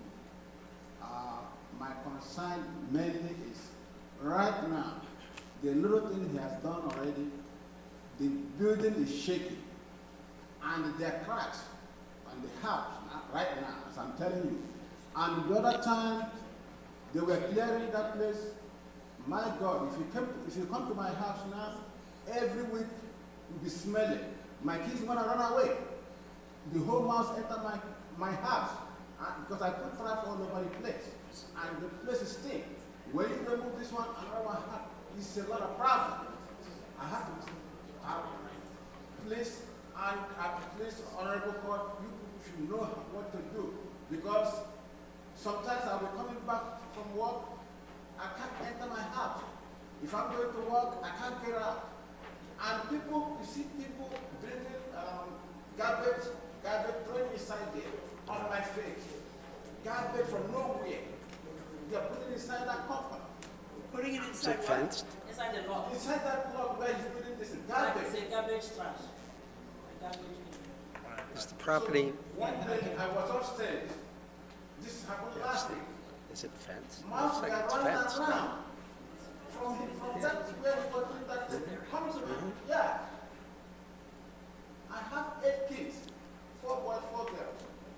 I raised them there. And this is a big problem. Please, Honorable Court, know what to do. Okay, thank you. Someone else had their hand up?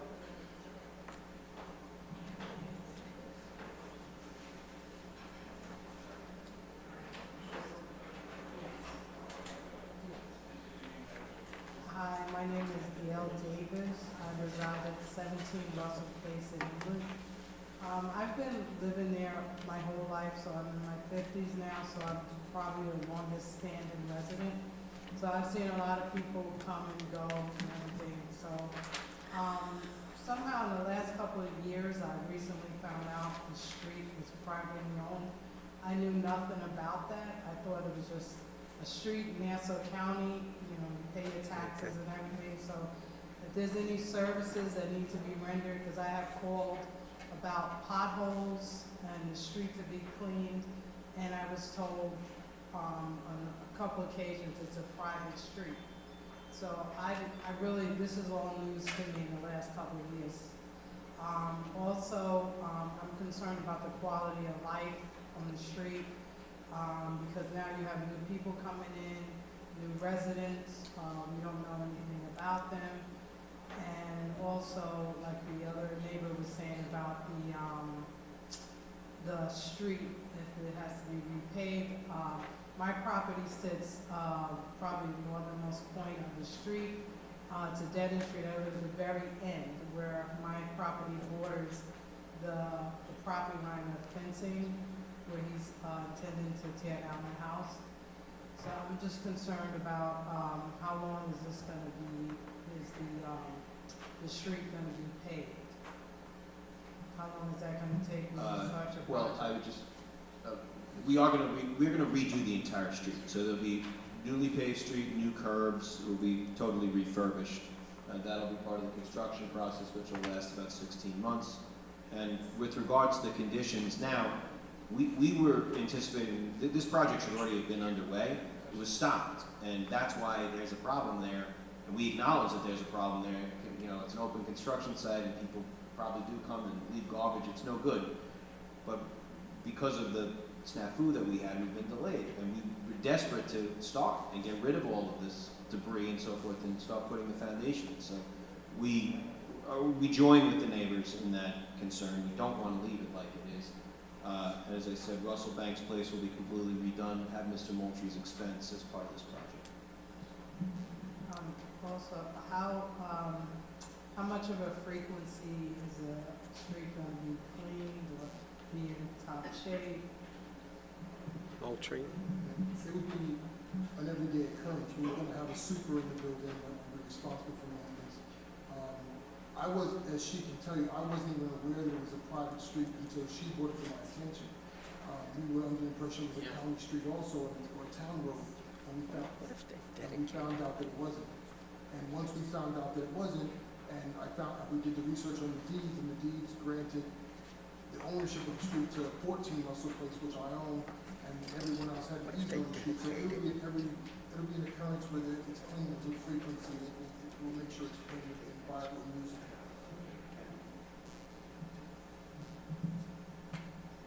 Did that answer your question? Yeah, pretty much, just also a little history, so like I said, I'm a longest-standing resident here, so, everyone on the street, there's only 4 houses, so everyone on the street had a car. If they had a car, it went in their driveway. There were practically no parking, there was no parking. You turn into that street, it was clean, it was immaculate. So now, as previous neighbors had mentioned, there's a lot of debris, dirt, it just looks like some kind of rundown block, maybe in the South Bronx somewhere. Ma'am, if I may, who picks up garbage on that street? Sanitation district. So the town does it? Yeah, the garbage, but I'm Mr. talking Brown. about the street debris, this looks disgusting, and it's pothole. I mean, does your client have any intention of dedicating that street? Yeah, the street could be offered for dedication. I would think when this project is completed, it would be up to the highway department right. to want to accept it, as you know. Right. But because the fee ownership is connected to his, part of his property, could offer it for dedication, we'd be willing to do that. We'd love the town to take it. Yeah, I'm sure you would. So when construction starts, assuming that we get granted, you would consult with the highway department to ensure that it's built in highway specifications. I think it's 30-foot wide, the road bed has to be, et cetera? The road is 30 feet wide. Okay. But you'll reconstruct it with the specifications? As I said, we were she's lived in there, but I lived around the corner in Woodville since my parents owned those properties since the 60s and 70s. And the town always cleaned it. The town always did everything for it, fixed it. It just about 2 years ago became aware that the town was saying they didn't own it. So for the longest, it was treated as a normal street. Okay. So we will do everything. We'll consult with the town, we'll put to their specifications, everything will be done in the correct manner. Thank you. Does that answer your question, ma'am? That's pretty much as far as it can go. Okay, thank you. There was someone else? So when you write your decision, We'll get they to have to you. get a permit from the highway department. Fill in the and red shirt construct it. is next.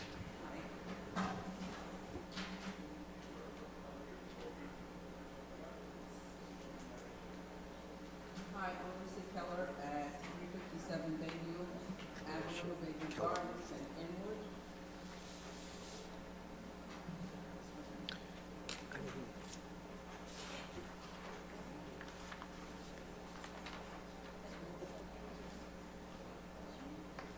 I'm handing him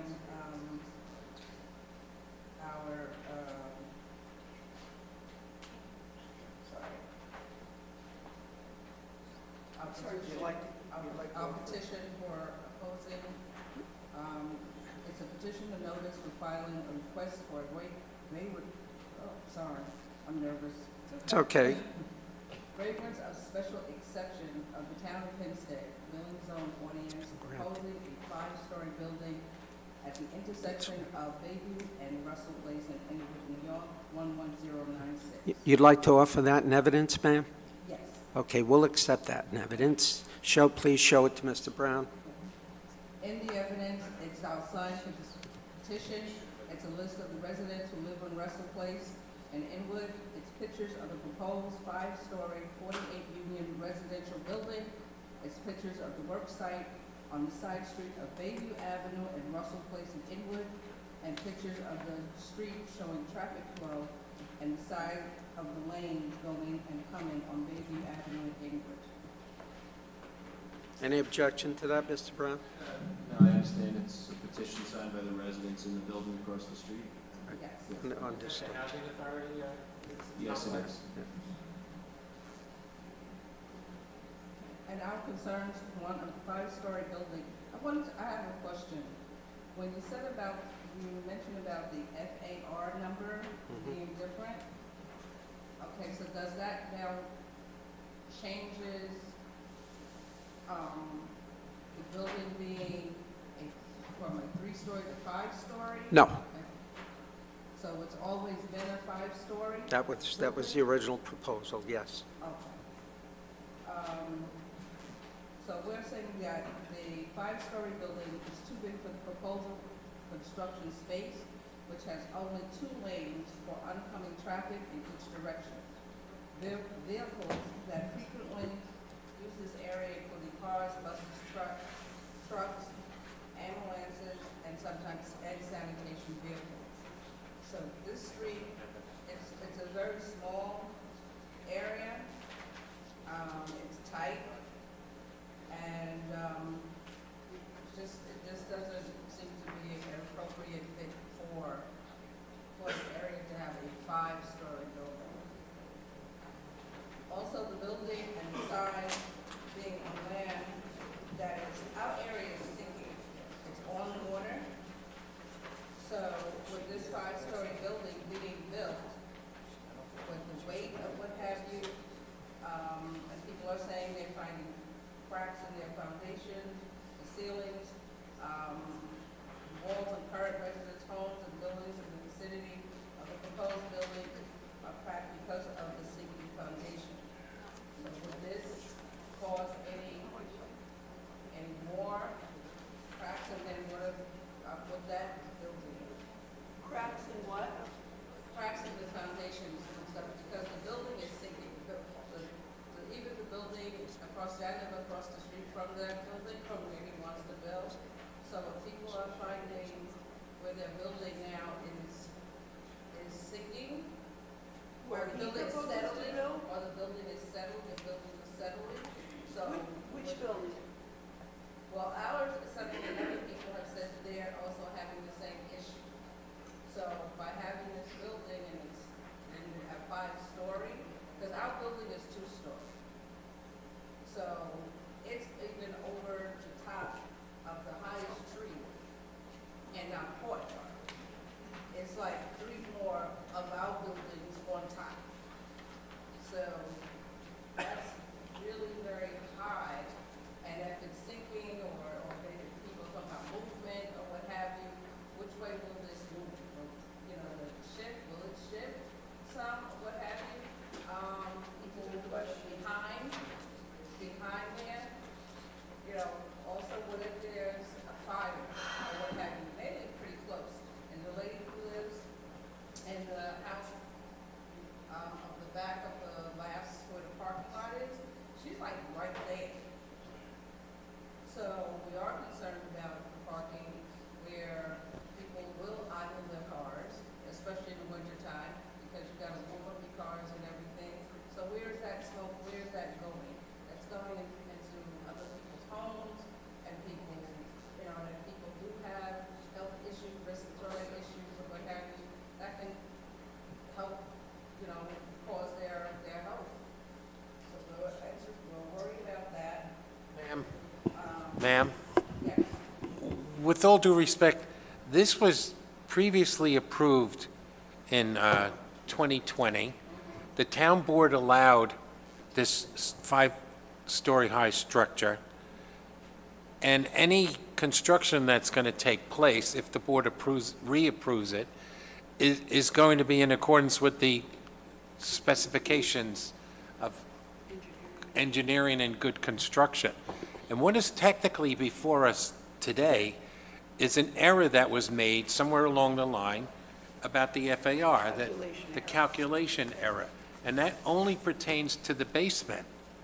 The rest of the structures, it's been approved already. approved years ago. Twice. So somebody caught an error with the calculation. That's the only reason why he's here. I did question Mr. Brown. I said, is there any changes? No. They had a basement before. Yes. Somebody miscalculated it, an engineer or architect, I don't know, but it's just a number, a minor number, if you will. I can assure you, to your point, Mr. Pellegrini, we've already been through the entire building permit process. Got it. Including fire marshal, all of those sign-offs have been obtained, so. Engineering? It's all done, Everything. it's ready for permitting, so all of those concerns have been addressed by the appropriate authorities, and it will be built in the legal and proper manner with fire sprinklers and all of the required safety measures. Ma'am, and when they file a building permit, that's to protect the whole community. That forces this person and anybody else to construct buildings in accordance with codes that have been tested and retested and approved. So, in theory, there should be absolutely no damage to your neighbor's property, no change in anything, because it's going to be built with a building permit that protects all of us. Right, but you also need to ask about the streets and how wide the streets are, so there are. He's, if the board reaffirms their grant, they will require that the gentleman consult with the Department of Engineering and Highway Department and any other authority to ensure that the road will be constructed in accordance with the specifications so that they can ultimately offer it to the town for dedication and the town take it over. And maintain it. That's a whole nother hearing that may or may not take place. It's not going to be here. I don't know how the Highway Department and Engineering Department works with that. Okay, thank you. Thank you. Sir? No? Okay, please come up, sir. You what? That's my fault. Another family member? You, is your entire family here? I mean, Basically, my father's retired already, he's a pastor, at one time, the town of Hempstead rented this property as a police athletic league, so he just wants to speak with it. God bless you. Pastor? Yes. I want to say this, I've sat and I've listened to all of this. Number one, when you talk about cleanliness, you know the Marine Corps and how clean all the Marines are. Thank you for your service. You're welcome. I moved to Inwood and we raised two beautiful children in Inwood. And we moved from one location to another. And our son is trying to do something big in Inwood. And everyone's going to enjoy it because he's built two houses, beautiful houses on Morris Avenue. And you should see, he put a new street in there, made the place look very good. And cleanliness is next to godliness. And we will keep everything decent and clean. I want to thank you, Mr. Alphon, the model, with my friend. And I want you to know that just pray that everything will go on beautiful. People need housing. People need housing, and they need decent housing. And we're going to do our best. I'm 88 years of age. I'll be 89 in October. Only wife to stand. She is 86. Tell that? Yes, we were married. We were married 88, and 67 years, it'll be 68 years in July. God bless. If we would live a little while longer, I would have walked in that building as a Christian. God bless you. Understood. Thank Thank you, you. sir.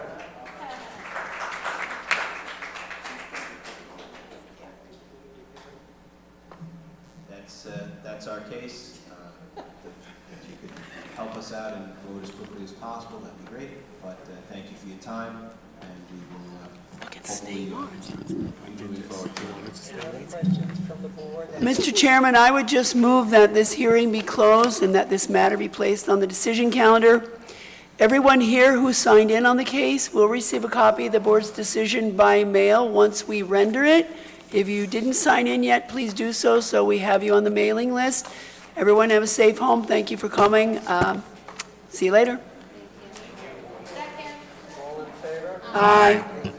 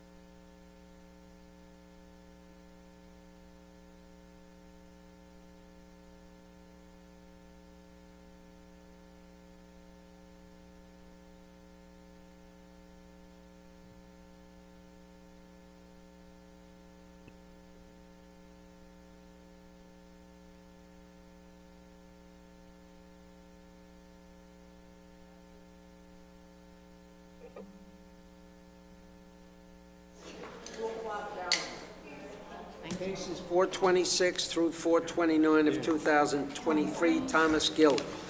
Do I have any discussion from any of the board members? If not, do I have a motion? I move case 426 to 429 of 23 in Levittown, Thomas Gillen at 114 Bobolink Lane be approved as requested. There were letters of consent from the neighbors. Second.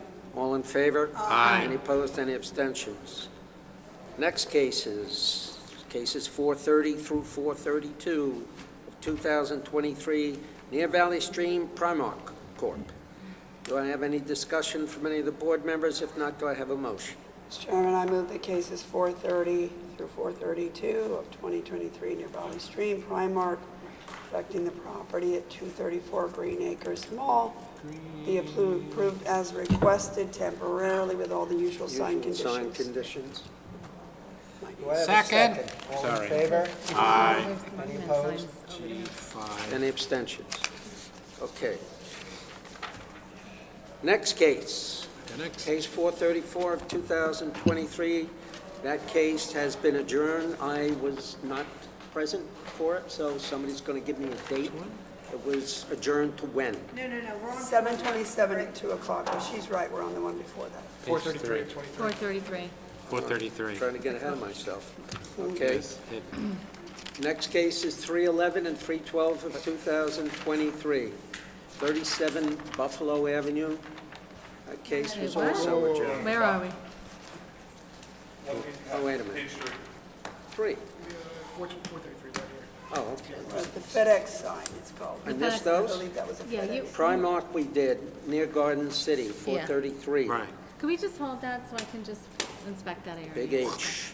All There's right. no, I don't recall any other monument fine. signs there. Next case, again, 434 of 2023. That I case think it was, was Pylon, Kim. Okay, pylon. I think Good. that, all right, Okay. 434, that was adjourned to when? 7:27 at 2. Oh, 7:26. 726. Okay, yeah, wouldn't be anyone. All right, Case 435 of 2023 was approved from the bench. Case 436 of 2023, near Garden City, JKL 320 LLC. That portion of the application relating to the proposed 6-foot-high barbed wire fence has been withdrawn. Do I have a motion regarding the balance of the case? Where are That's the concrete pad for yes. the argon gas we? tank. Regarding case number 436 of 2023 in near Garden City, I'm, based upon the evidence and the testimony and the papers submitted, I move that the board make a negative declaration, type 2. Second? Second.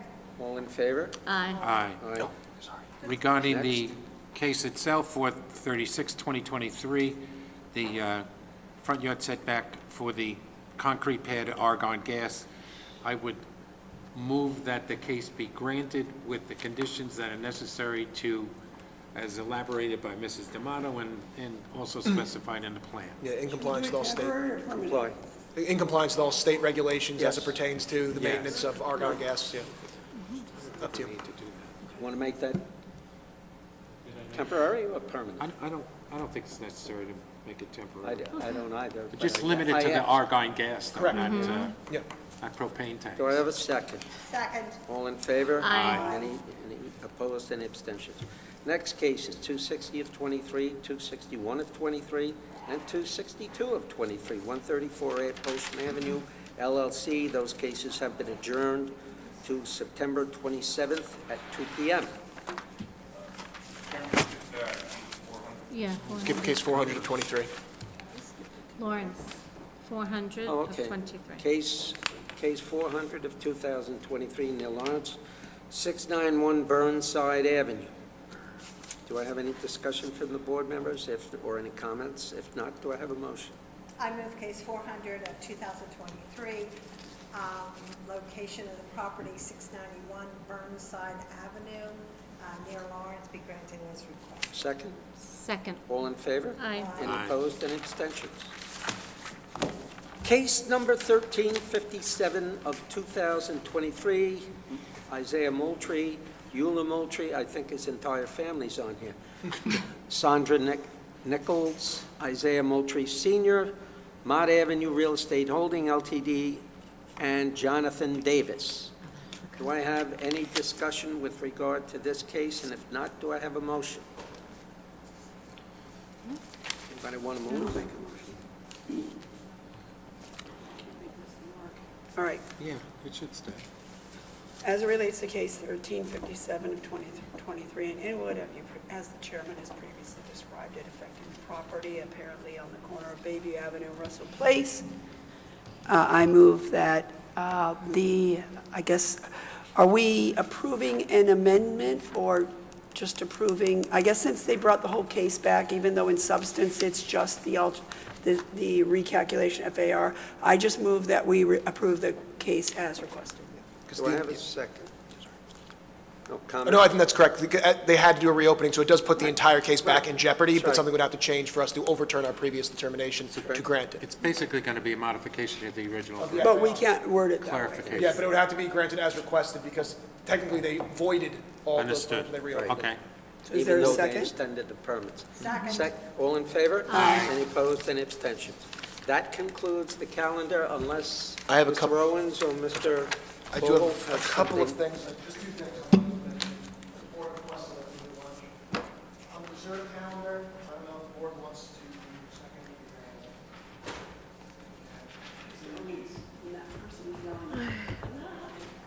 yeah, page 5 on the reserve calendar, case number 404 and 405 and 23. I was able to find the previous case. It concerned subdivision. The board denied this subdivision back on December 6th of 2006. I don't believe that Mr. O'Brien provided sufficient testimony for us to necessarily change our previous determination. I was wondering if the board would permit the commission to draft a denial effective the same as part of the doctrine of administrative res judicata. This is the subdivision, last page of the reserve 5, Okay. 404 to 405 Yep. subdivision west of Mhm. So you have the board's permission to draft a denial, And the last thing, and we will review it. this is, I mentioned it briefly during the reserve calendar in the afternoon, but I have the Gona case here. If you will, I want to show the plans because I just want an idea of how we would want to. Is that the foyer or the? Yeah, the one that. The foyer. Converted. Just like I think we have. This one I'll inspect. The next page will list the first story. It shows how.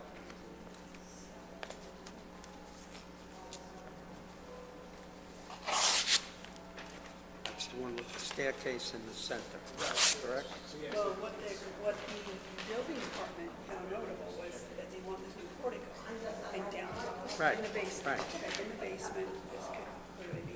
If you could go in and have the doors going up and down. And the portico, my recollection was supposed to be kept open. Look at the portico. You go in, there's a porch, and then you go through one door.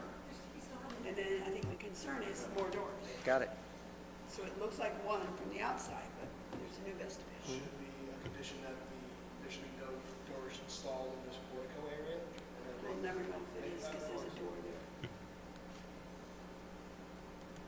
Or do we just? We said it was going to be kept open, the portico. That doesn't solve the problem. We're going to hold that and think about it, all right? And we'll revisit. I mean, ideally, what you have to do is eliminate That's the staircase, you can this do the thing. staircase this way. Like, one door goes in, like, if this has to go away, right? If this is an open porch and a front door, then you can't. Well, do wait a the minute. portico. So why don't we simply say there can only be one, the hell is this? What has to be eliminated is this, Yeah, these walls here. Because then, if this is all an open porch, I mean, is this supposed to be enclosed? This is just a. No, that's supposed to be But if this has to stay open too, then it's a front door. And you can't go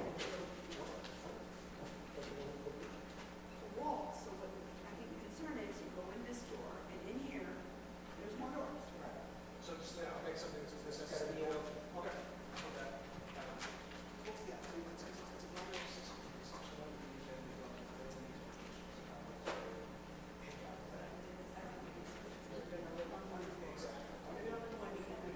No, well,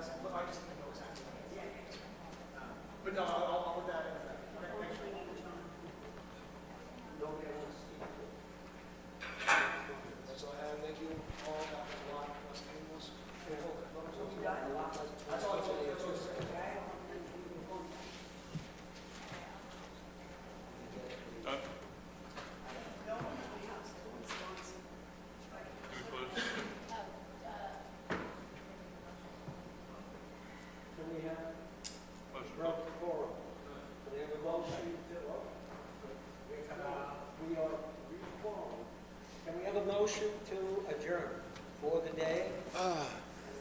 Wish everyone a happy holiday. Thank All in you. favor? Aye.